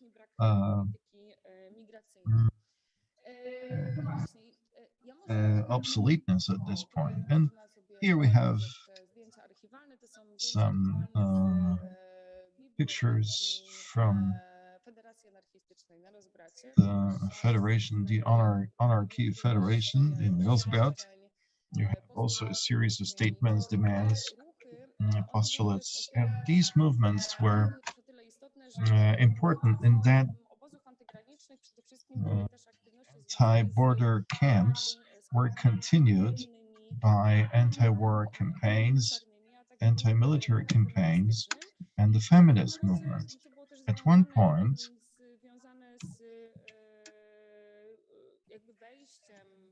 systematycznym jakby wchodzeniem w organizacje pozarządowych i systematycznym właśnie rozwojem trzeciego sektora i sytuacją związaną to the development of the third sector and the neoliberalization of the third sector,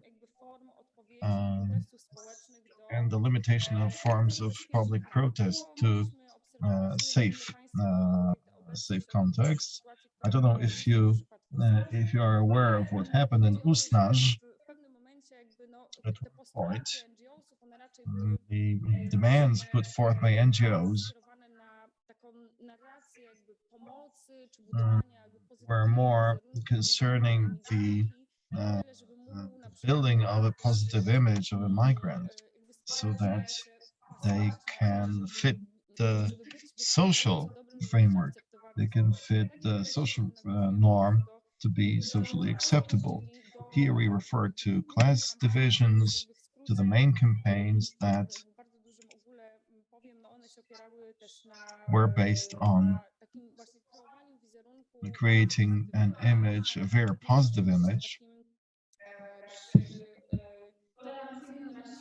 and on tolerant racism. We only accept highly educated individuals, and it's nothing new that the anti-border protests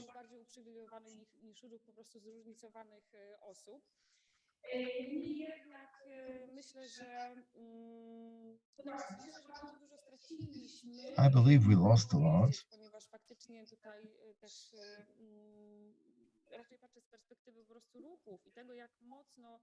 From the perspective of the movements and the history of the debate, that how much we forgot what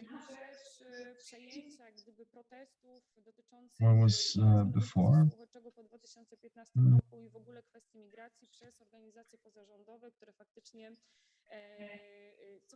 And now, after 2015, NGOs did not put forth political demands.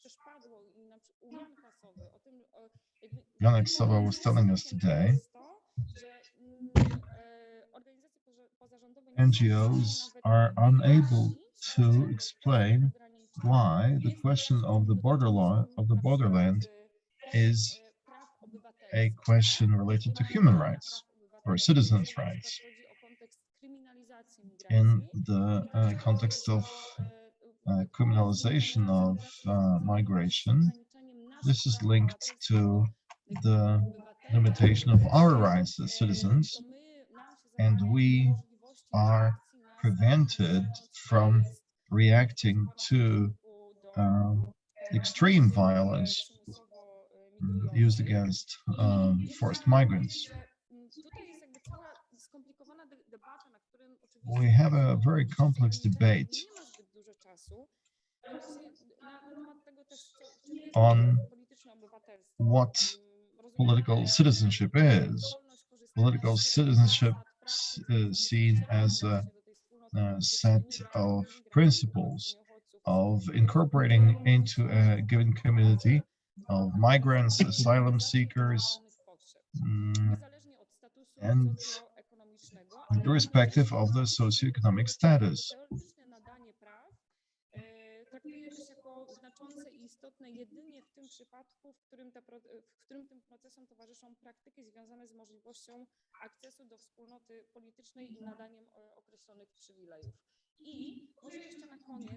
Just to conclude,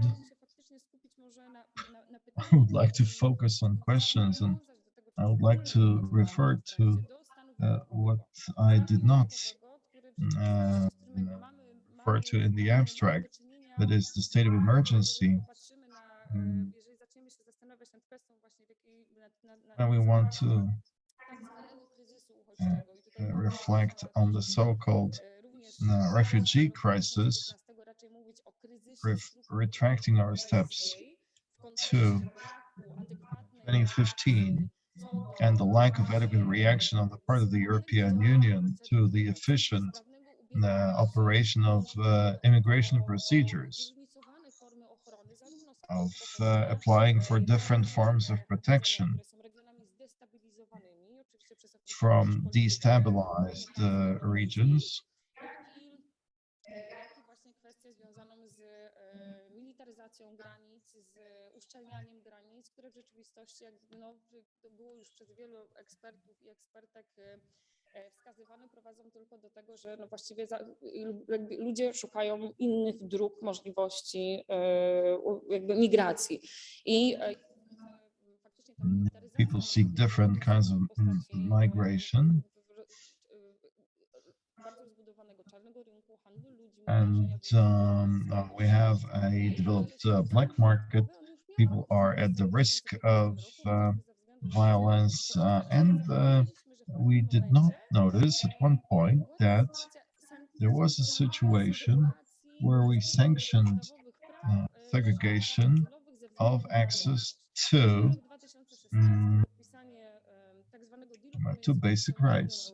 In 2015, a deal was struck between Turkey and the EU, and only citizens of Syria, Iraq, and Afghanistan could apply for migration status, for the status of migrants.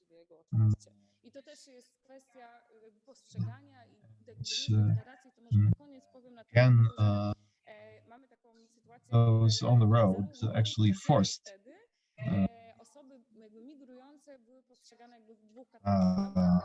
the lifting of bans. Migrants were seen as a risk to national security, or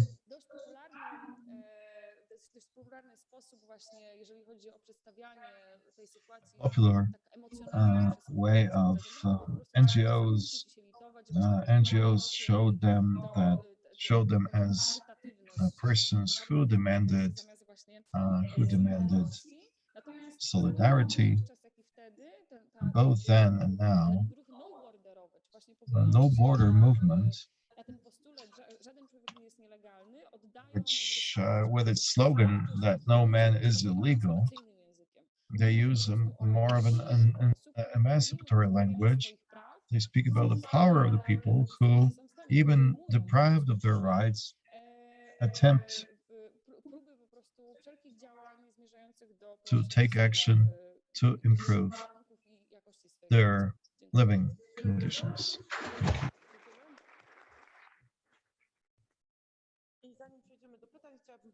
Before we move on to the questions, I would like to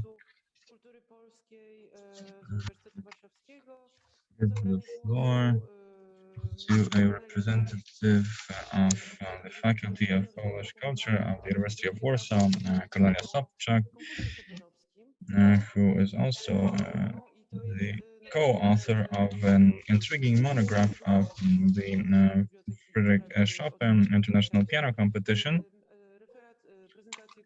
Today she will talk on the powerlessness of the powerless, families without borders, a case study, work in progress.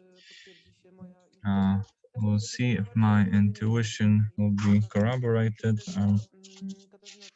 A more heterogeneous perspective that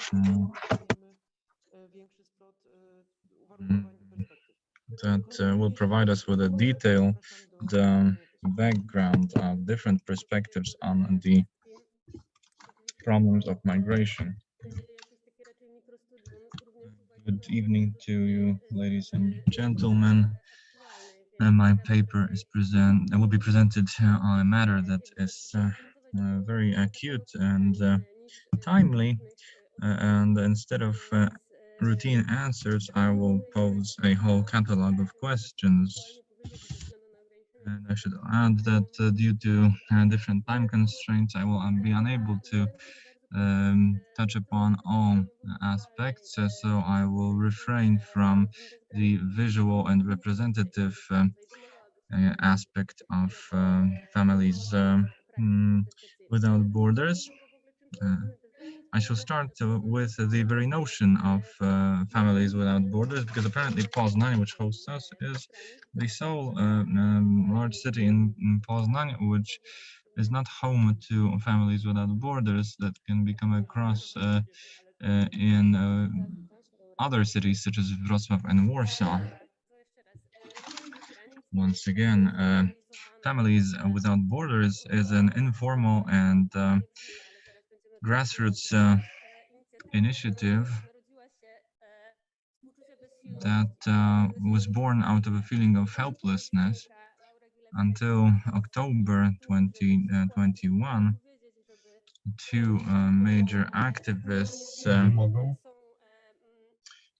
who are my friend and colleagues in one case, spent a lot of time on medical leave with their children following news, following what has been happening in Usnarz on the Polish-Belarusian border, and objecting to what they saw on TV and rebellious against the inactivity of the Polish authorities.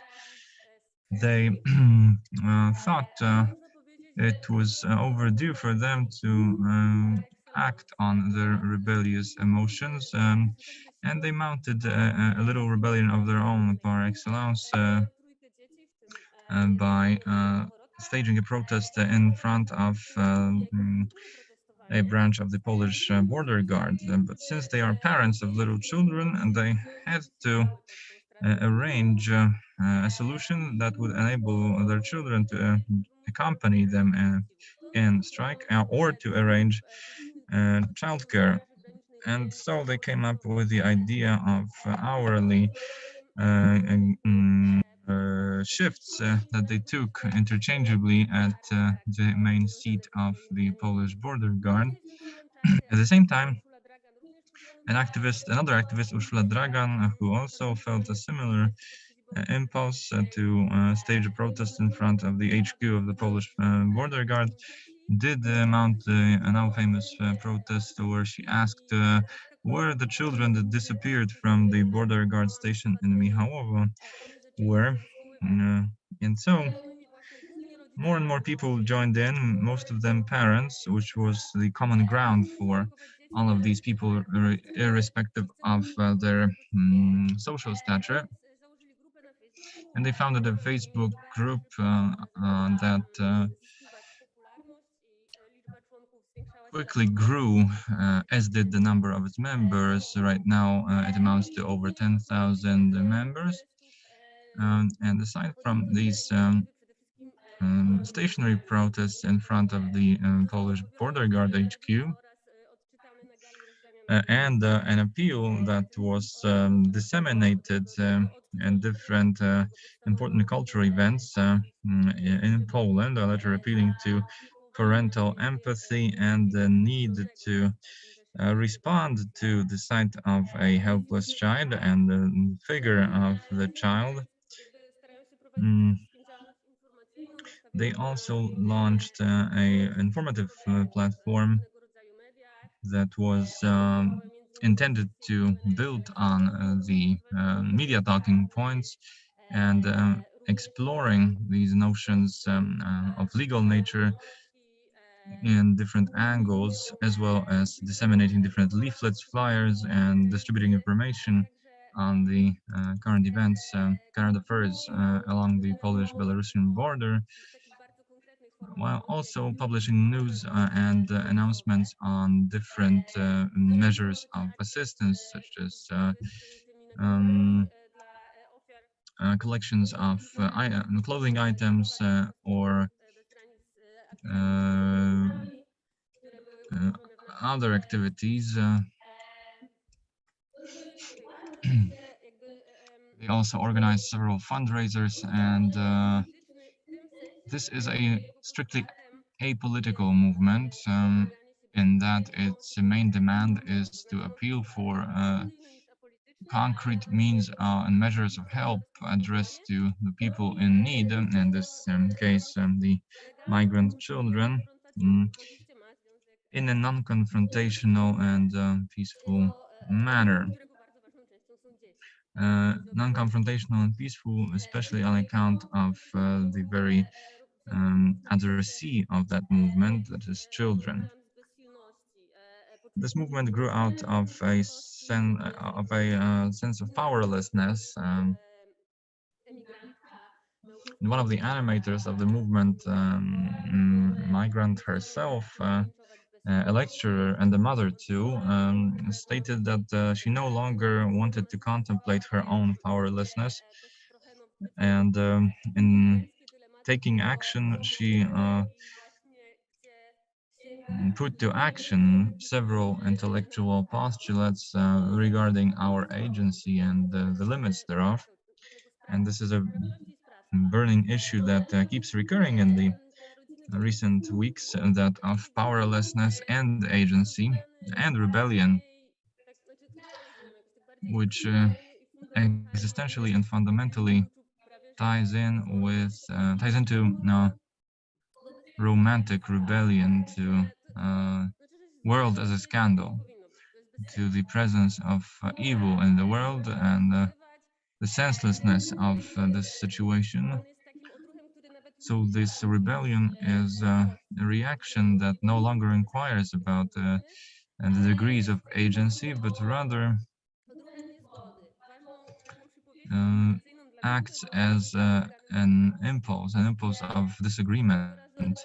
And a parable of a rabbit chased by a lion. The lion chased the rabbit and cornered it in a ravine, and the rabbit started to prepare itself to stand off and face the lion, even though it had no chance. And the lion asked, "Why are you doing this?" And I don't. I know I will lose, but I'm leaving my traces here anyway. So agency takes on a whole new level of significance in here, because we're dealing with a very inconvenient question as to the degree to which this form of protest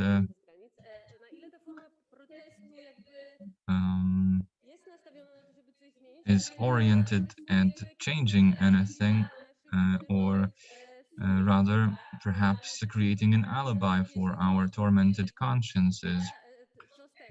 Even if so, if the latter is correct, it's still better than doing nothing, it seems to us, because even if we're only painting graffitis on the pavement in front of an important public institution in the capital of Poland,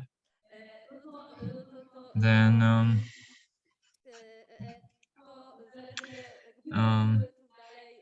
just several dozen kilometers east, people are gradually freezing to death, contracting diseases and dying as a result.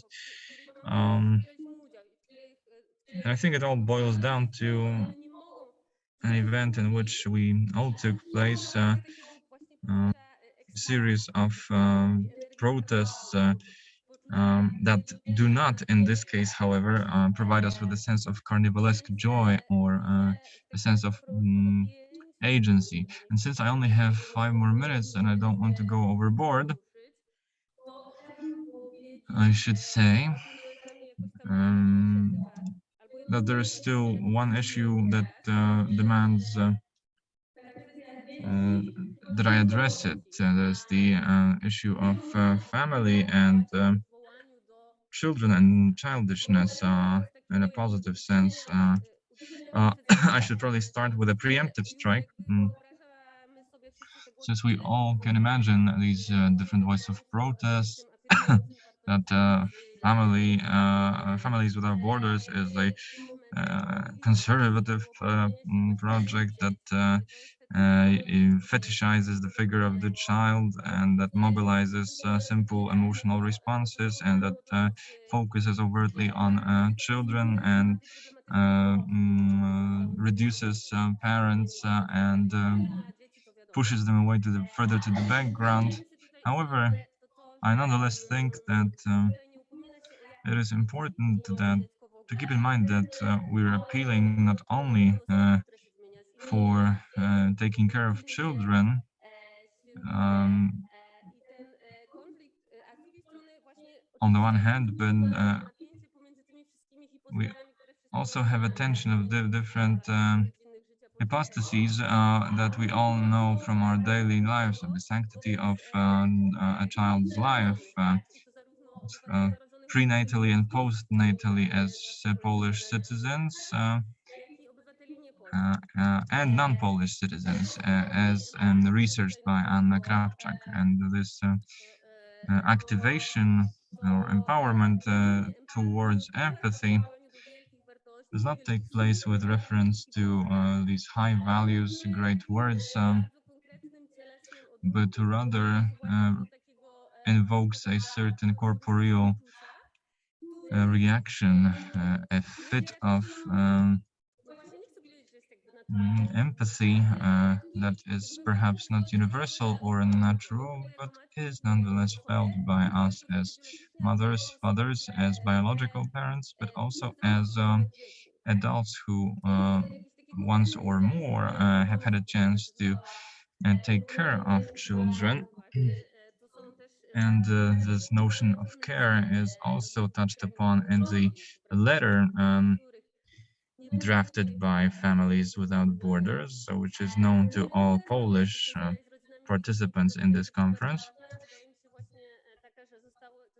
One more aspect that I should briefly address is that the project was launched by people who are guardians of children. In reality, most of them are indeed heterosexual, heteronormative families and parents of children, perhaps to a certain extent because the Polish state does not recognize any other families than the traditional nuclear family. Nonetheless, conservative or not, these families are allowed. They participate in a number of demonstrations, even though there are different obstacles and hurdles thrown at them, and not least among them the constant need of care over their toddlers, such as the need for midday nap or regular feeding hours and so on. However, even children themselves are not precluded from these protests. They are empowered and provided agency of their own type, such as they can make little figures of chestnuts or write or draw on the pavement. And moving to conclusion quickly, I should get back to the very beginning of my sandwich presentation and address or perhaps stimulate you towards a discussion based on inscriptions written on the pavement in front of the HQ of the Polish Border Guard. And there are such slogans as the Holocaust was legal, and another one that says all humans are legal. Obviously, this may lead us towards dangerous syllogisms if we wanted to analyze these slogans according to the principles of formal logics, but we nonetheless need to reconsider the axiological context of the notion of loyalty organized and underpinned by the formal state and the concept of citizenship and the values it stands for. Is this model valid? Is it up to date? Or perhaps there are other criteria that should be included in reorganizing our community, as voiced by my predecessor, Kasia Czarnota, who criticized the inadequate legal systems, both domestically in Poland and internationally, with reference to international. And if I may venture into a cheesy conclusion, with regard to Families Without Borders, both state borders, but also sexual orientation borders, gender borders, different models of family and mutual care. Perhaps we should also consider that with reference to the future. That would be cheesy, as I said, and that would leave us without a final point, without a strong dominant at the end, given the fact that the Polish-Belarusian border is host to many people struggling for their lives. I believe it would be great, Cordelia, if you could stay with us, and we have Katarzyna also at the front. And now we are kindly asking the members of the audience to put some questions. Możecie podnieść rękę albo od razu biec na mównicę, też taka opcja wchodzi w grę. Sowa, bardzo proszę, zapraszam.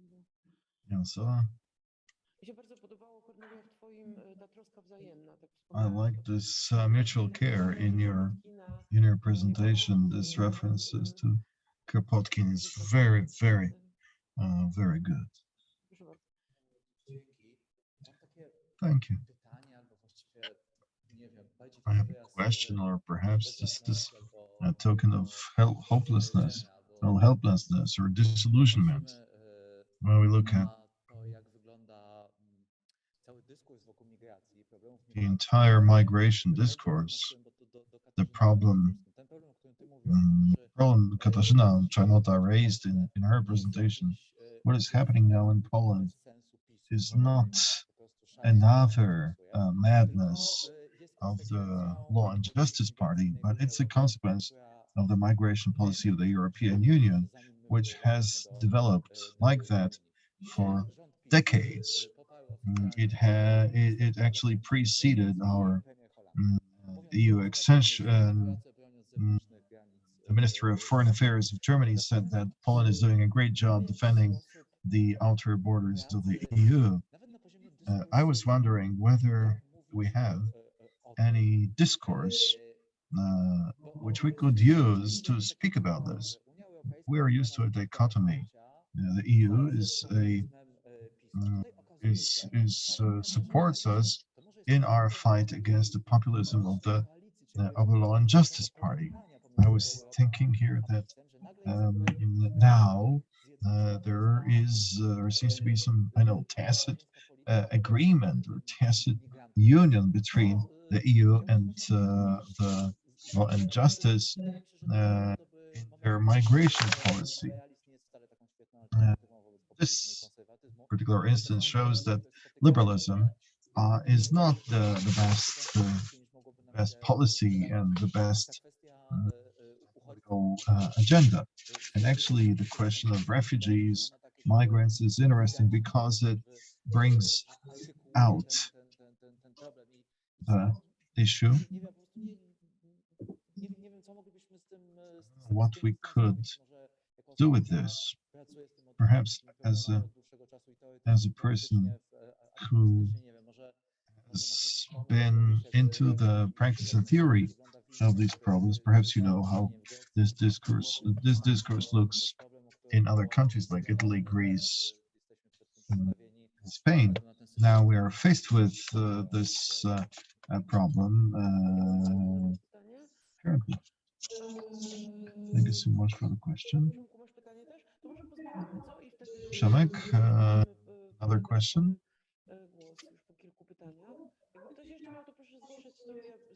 If you have any further questions, I do hope I will be able to see the hands.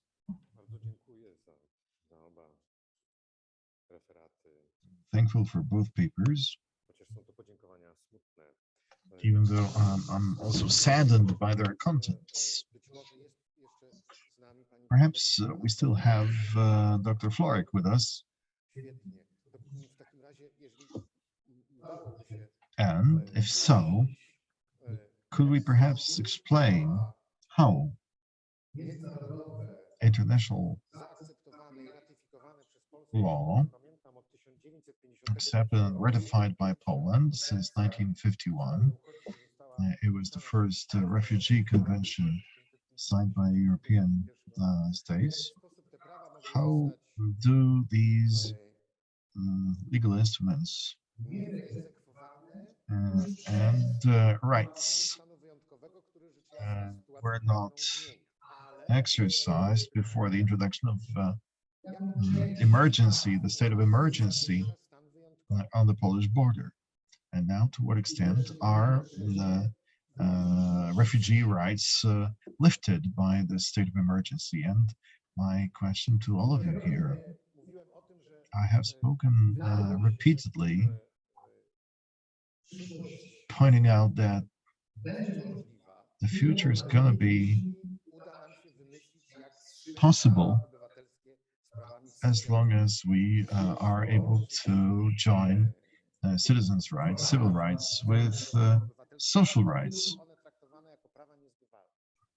in order to make social rights inalienable. And this is my Dr. Jekyll, the bright side of the picture. However, Mr. Hyde tells me that we are moving towards a system that could be defined as the capitalism of the state of emergency. So what you're telling us might be proof of that. Perhaps Janek is also going to speak about the capitalism of the state of emergency.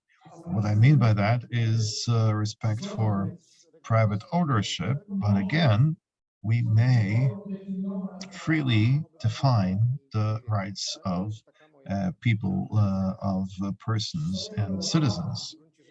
History has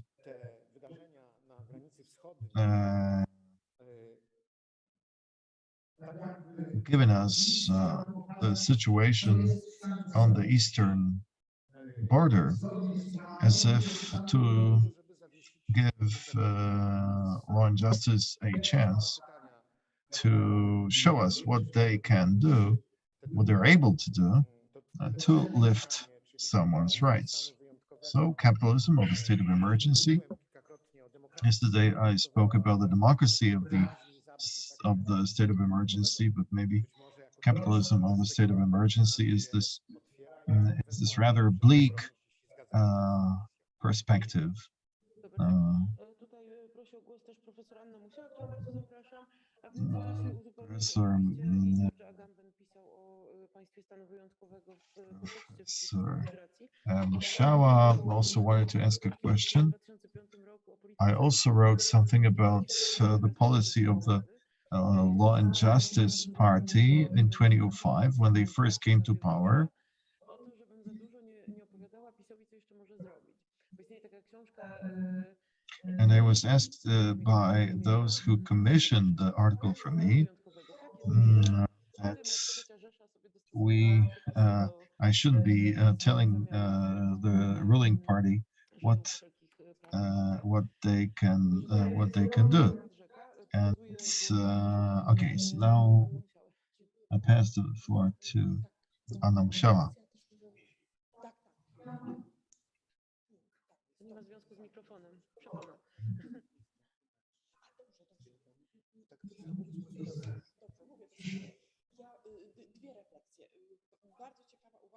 I have two comments. Professor Sowa said something interesting. Because so far we attacked law and justice, and now we are, well, taken aback a little bit because the European Union has backed up the policy of law and justice. I believe that's the problem in Poland. I can observe it. I can see it in a broader perspective. If you're critical of something, then you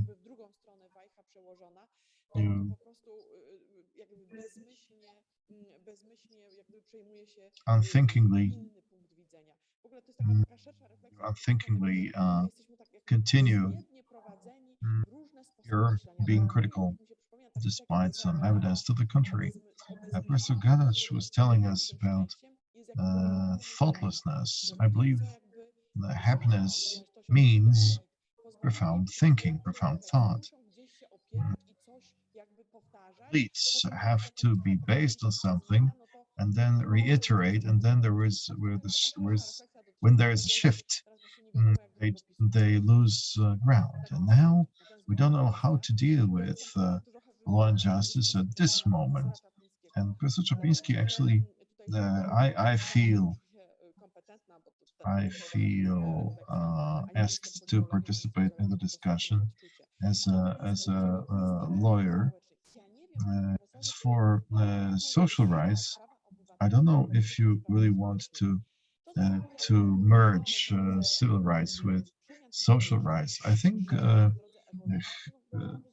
through evolution or through history, there were first political rights, civil rights, then social rights.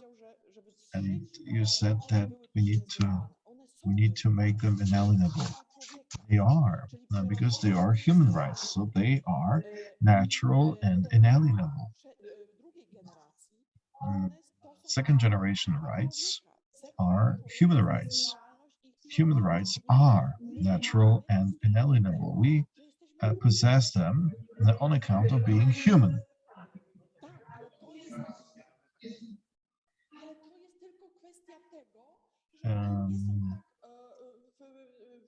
Social rights may not be in Europe. We only have civil contracts in civil work contracts in Poland only. We have commodified work. I'm not talking about history, but now.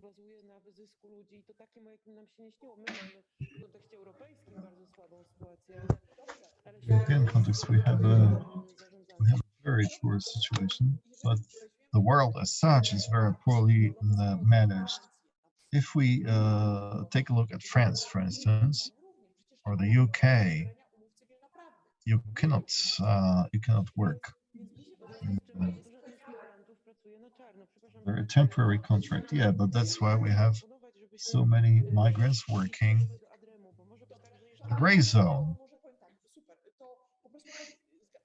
So perhaps we should cut to the chase. But okay, I know. Yes, the gray zone. Okay, but it is reprehensible there. However, in Poland, the Supreme Court said that such contracts are legal. Thank you so much for your statement, and I would like our speakers to respond to the questions put by you. Katarzyna Czarnota first, then Cornelia Sobczak, and then Dr. Florek. Let me start with Jan Sowa's comment in reference to a situation which we had in 2015. We went to the Balkans and wanted to start another debate on crisis of the EU structures, and at the same time we wanted our video footage, which we shot by means of a smartphone.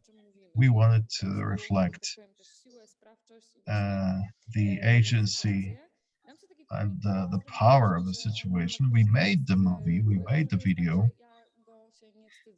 I am not embarrassed by it. It's a short movie. You can watch it on YouTube. The narrator is a 20-odd-year-old woman who was a migrant to Europe through the Balkans. We let her tell the story. We didn't want to interrupt. We wanted the person involved to speak, and our narrator spoke to us when she was reunited with her family in one of the EU member states.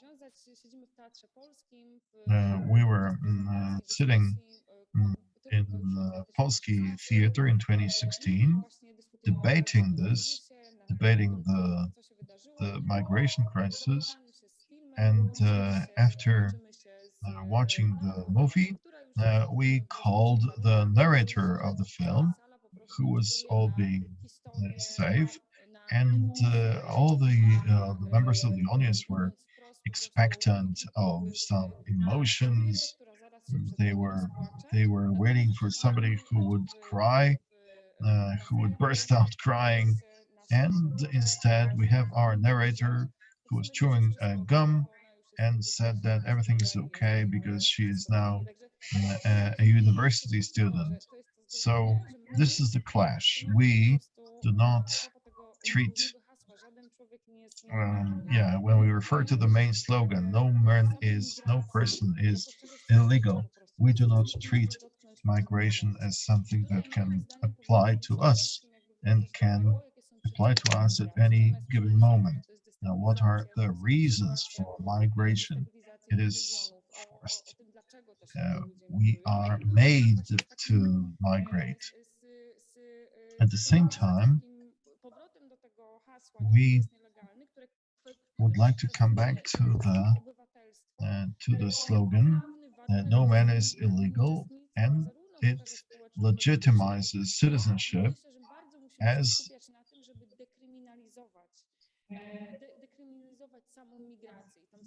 migration should be decriminalized, depenalized. Under Polish law, crossing the national border is a misdemeanor, and in fact, but when you support, we deal with the penalization of support for migrants. Even under Polish law, supporting the illegal migrants is penalized by the penal code.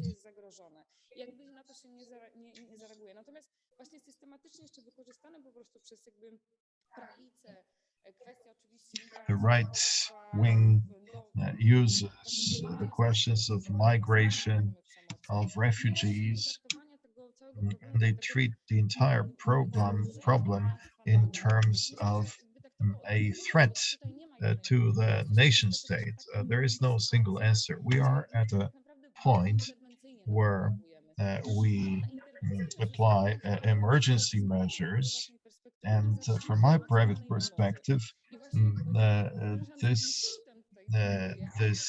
implies the um,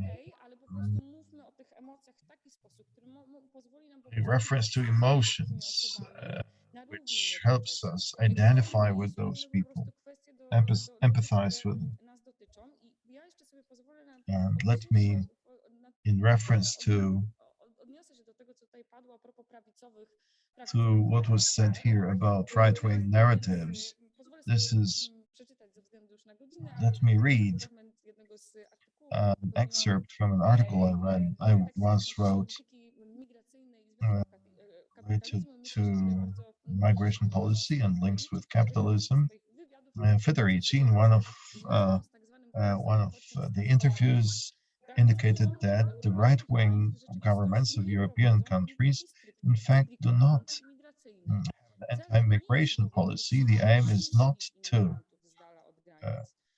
keep all the migrants away from borders. To her mind, like in the case of Irish, Italian, and Poles who used to want to go to the US, now we want only those groups and professions who are favorable from the point of view of the furtherance of the European states. Problems are created when they want to have the right to settlement or social support or support in terms of housing. All of a sudden, it turns out that this is a different path. We come back to the relations of migration with the nation state and capitalism. And now we'll have Kornelia Sobczak, Dr. Kornelia Sobczak.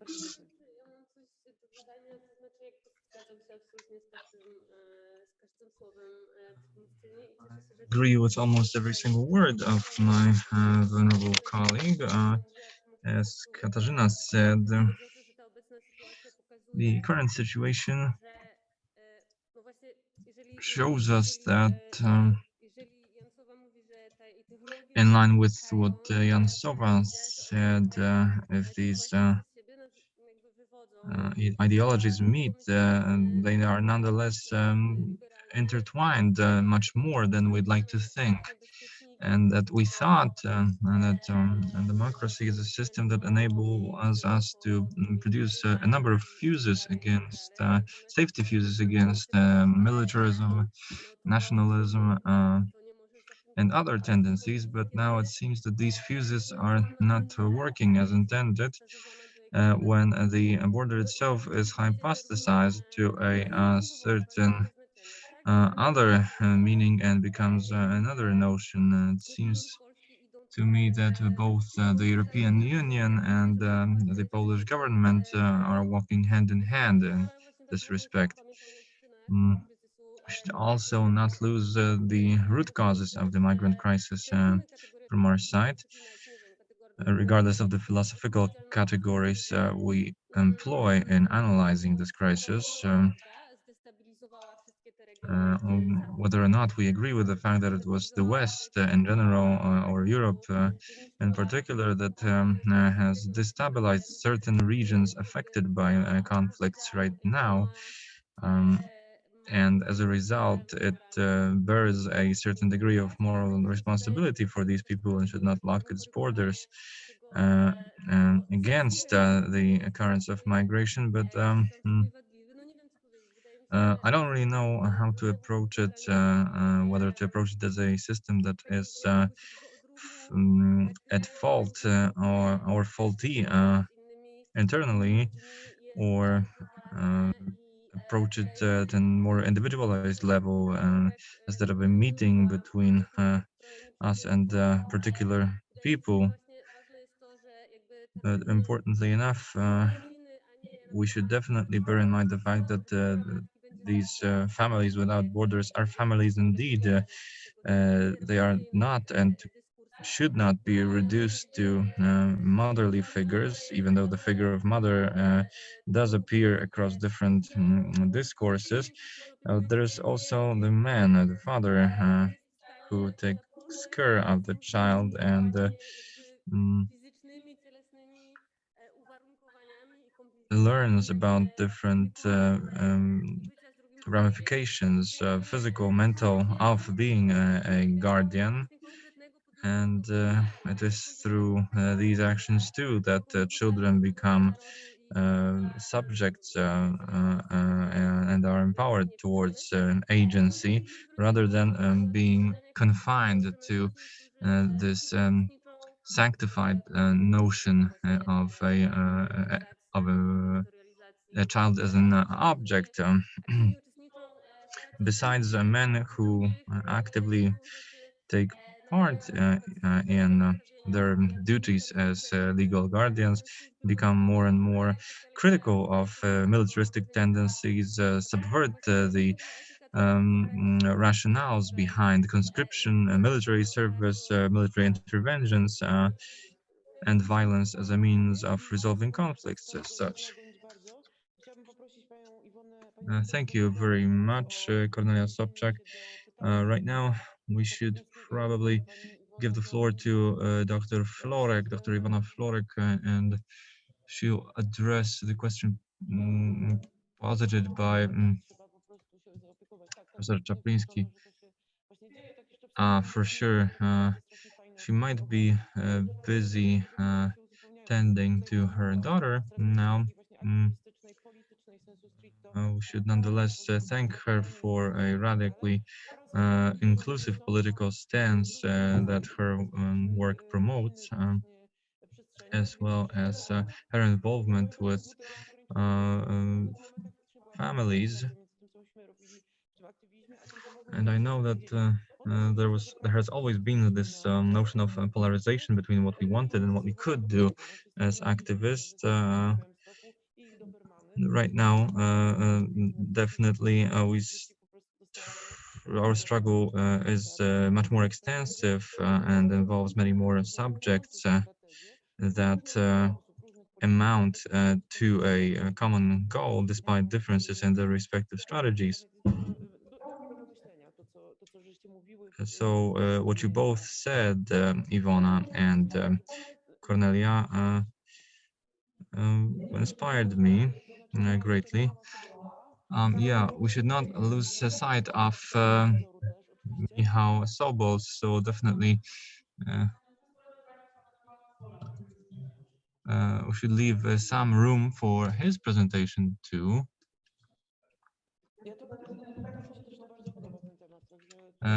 Much as I do like and I'm excited to hear more about capitalism of emergency as proposed by Przemek Czapliński, and we will now have long overdue presentation from Michał Sobol, General Strikes, a workers' form of civil disobedience. Okay, let me share my screen with you. Can you hear me all right? Widać, ale z tym słyszeniem to bym nie przesadzała, więc no dobra, próbuję, ale to już w tym trybie nie mogę. Raz, dwa, trzy, czy teraz mnie słychać?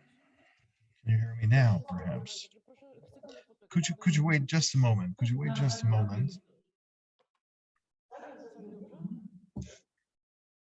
Teraz lepiej. What about now? Jest z nami, to nie wiem co teraz. Raz mówię pierwsze zdanie, teraz mówię drugie zdanie. Super. Ja chciałam tylko powiedzieć, że ja już głosiłam.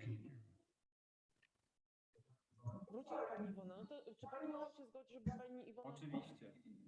Ale pani profesor, ja już głosiłam, wcześniej, przed przerwą. Więc chyba nie ma sensu drugi raz tego samego powtarzać.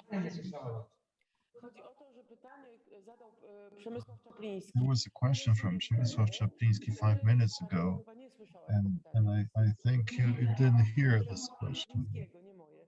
Tak. To może zadamy je później. Dobrze, bardzo So dziękuję. maybe we will ask the question later, but it's good that you came back.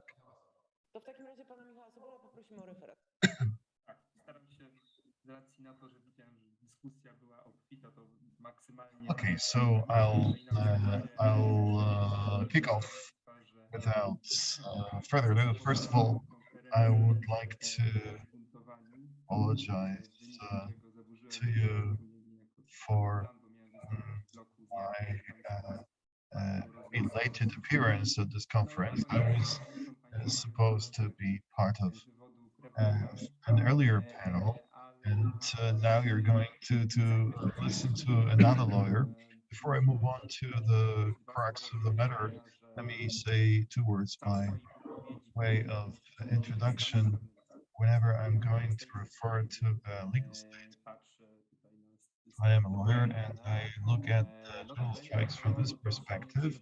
This is going to be a reference to Polish law. I understand that we have non-Polish listeners. This is really important, an important disclaimer. Now, to połączenie tematu strajków generalnych i form obywatelskiego nieposłuszeństwa może się wydawać takim połączeniem dość nieoczywistym. No to try to show to you that strikes themselves are legal events that are regulated. There is a law on resolution of no to już to takie oczywiste nie jest i tutaj collective protests. When it comes to general strikes, this is something that the system does not deem as okay. Now, why is this so? Do you see the slides? Do you see the slides that I am changing here? Super. Right. In order to explain this, it's best to apply to history. As I am showing on the slide, there are 5 events in the most recent history, the events that we recognize from public debate that were seen as general strikes are as follows. There are 2 features which all of these share. First of all, we deal with upscaling events. This goes far beyond a factory or a sector. At the political level, the demands put forth by the strikers weren't far beyond demands related to the organization of work in other factories. Let me start from the end, from the strike of policemen in 2018. Why do I highlight this strike? It's because when we look from the legal point of view, it was not a strike. Police officers, according to the law, which was quoted here, police officers do not have the right to go on strike. They can refuse to work. This happened through mass, through policemen taking leave of absence due to health reasons. But okay, we have a refusal to work, which occurred in an entire occupation, and the strike itself was not targeted at special police headquarters, but against the authorities that have decision making powers. And we have also a number of other events from beyond Poland. The first one is a very interesting event is a strike of Indian farmers in 2021, the biggest strike in the history of humanity, a strike that related to the contracting of individual transactions or the organization of work on specific farms. In India, we have a program of guaranteed employment. So here, farmers were employees rather than employers. Then we have a strike in Belarusian state factories in 2020, which was related to the then electoral situation in Belarus.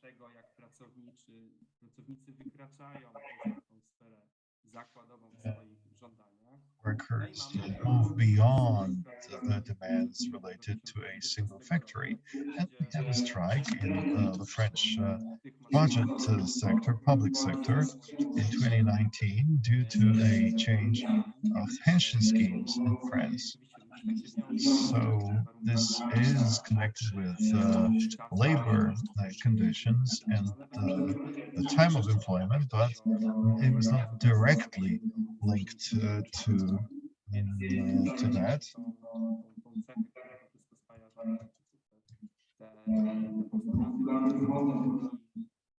These demands go beyond a particular factory, and we have our strike of teachers.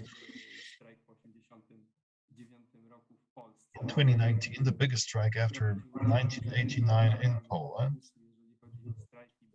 poprzednich latach było tyle strajków, że można powiedzieć praktycznie na palcach jednej bądź obu rąk. It was very powerful. In 2019, A jak dobrze pamiętamy, te postulaty, thousand teachers going on strike, and the demands were not targeted at school principals, but at the government or the Ministry of Education. No i też przebieg tego strajku, mimo tego, że gdzieś tam były, no to dyskusyjne, ale jednak czasem zdarzało się, że były te wszystkie procedury sporu zbiorowego dotrzymane. No to Procedures of a collective protest were met. no przebiegało w taki ogólnopolski sposób. This is really a nationwide strike. It is in order to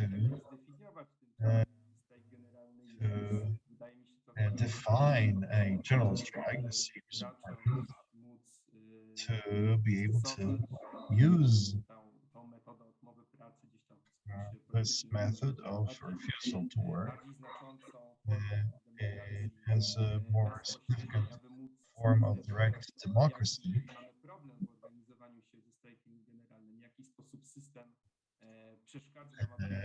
We want to see how the system of the state prevents employees from from taking advantage of this idea of the general strike. So now you only have 5 minutes to go.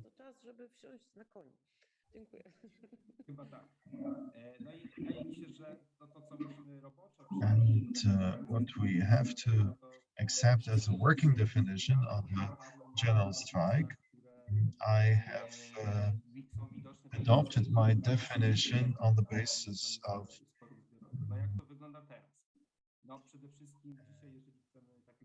observations. If we want to start a strike, then the general strike is really hard to do because the strike is usually to a single factory, a single workplace. And even though the Polish law provides for employees being bound by contracts across sectors, having a strike and then striking a bargain with an employer to regulate issues and to raise working standards is impossible. And finally, the general strike should be nationwide, should be limited to a single region, or should it involve a great number of employees? And then there is also the question of demands. You need to refer to Article 1 of the law on the resolution of collective disputes, where a collective dispute of employers with an employee may refer to the working conditions, salary or remuneration, and social benefits, as well as rights and freedoms of membership in the trade union or another group.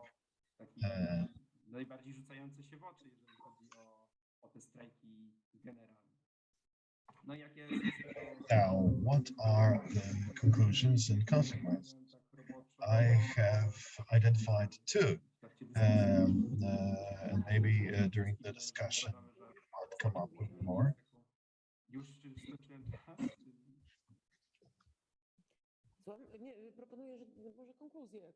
Tak, no to przede wszystkim, jeżeli patrzymy na strajk generalny jako taka metoda, która konsoliduje gdzieś tam, żeby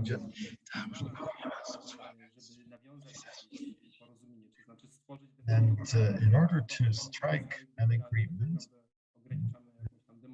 a strike is limited, limits in a way direct democracy, and it also limits the social dialogue, which is described in the Constitution in Article 20. The collaboration of social partners is the grounds of a social market economy. I would like to leave you with a reflection that today, if we want to strike in the political, to further a political agenda,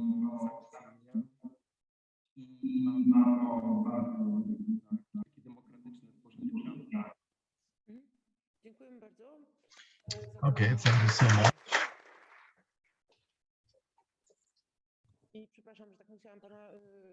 And I'm sorry for rushing you. It's just that we face the social conditions for the production of academic knowledge. It's time to field questions. If there are any questions addressed to our speaker, please pitch them to our panelists. I myself am an enthusiast of strikes as a Gdansk-born person, and I think that the 1980 strike could be understood as a general strike, or at least could be envisioned as such to a certain extent. I think that the right to strike as one of the foundations of democracy. If you think of counter-republics and the theoretical foundation for this notion, then strike is a form, a legit form of expressing the rights of citizens, especially for the working persons. Anybody that works with that at an academic level or non-academic level should be aware of how essential these postulates and demands of decent wages, social rights are to the working people, and how far they should be intertwined with civil rights.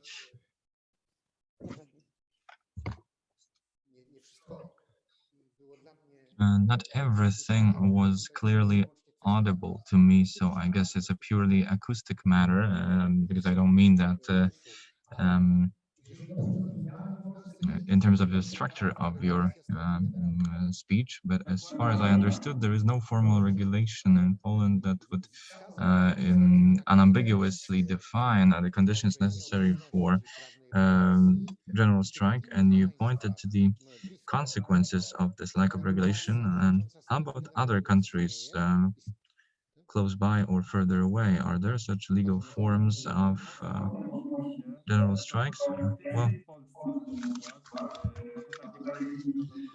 in Poland, we've had the problem during the teachers' strike that took place 2 years ago, and it is treated as a separate collective bargaining dispute, which features negotiations that are analyzed in good faith, and then the court might adjudicate that a certain stage of negotiations is concluded and that certain conditions are met, which negatively impacts the entire procedure, because there are different procedures across different plants and factories in place, different means of mediation implemented depending on a given company.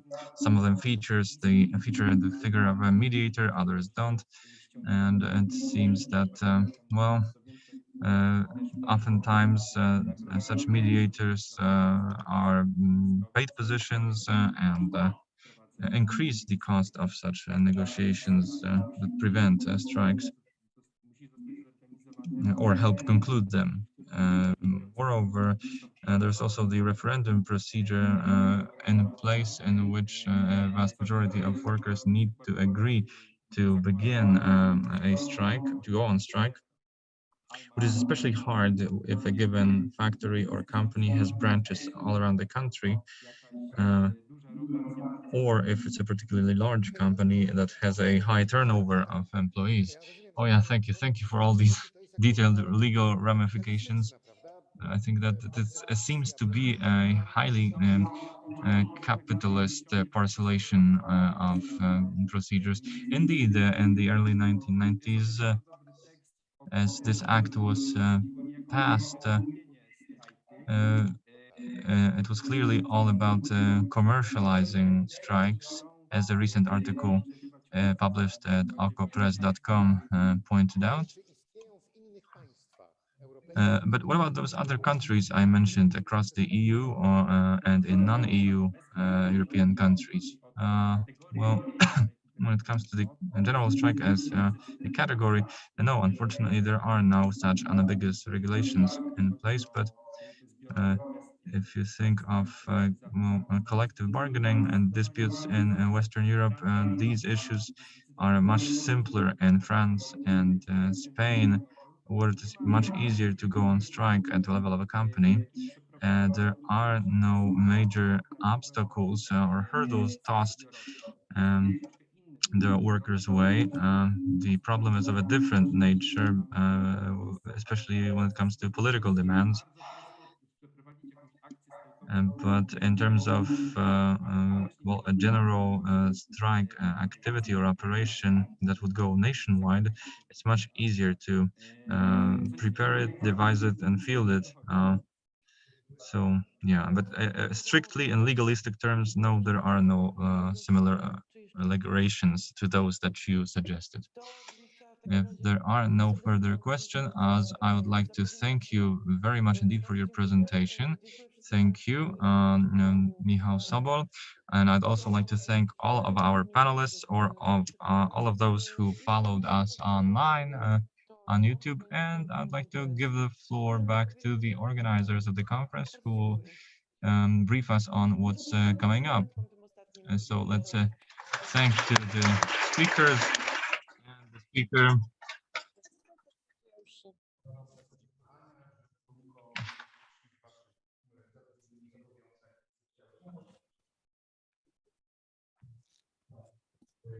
Do mikrofonu, bo przed chwilą razy.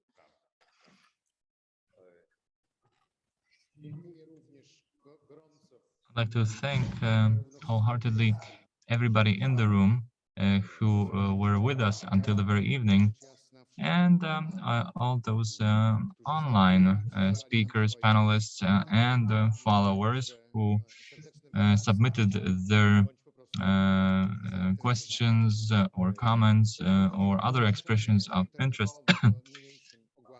When it comes to our online sessions, I hereby adjourn them until tomorrow night, tomorrow morning, until tomorrow morning at 10 a.m. Thank you. I hope to see you in the morning. Wszystkim, którzy tutaj pozostali, przetrwali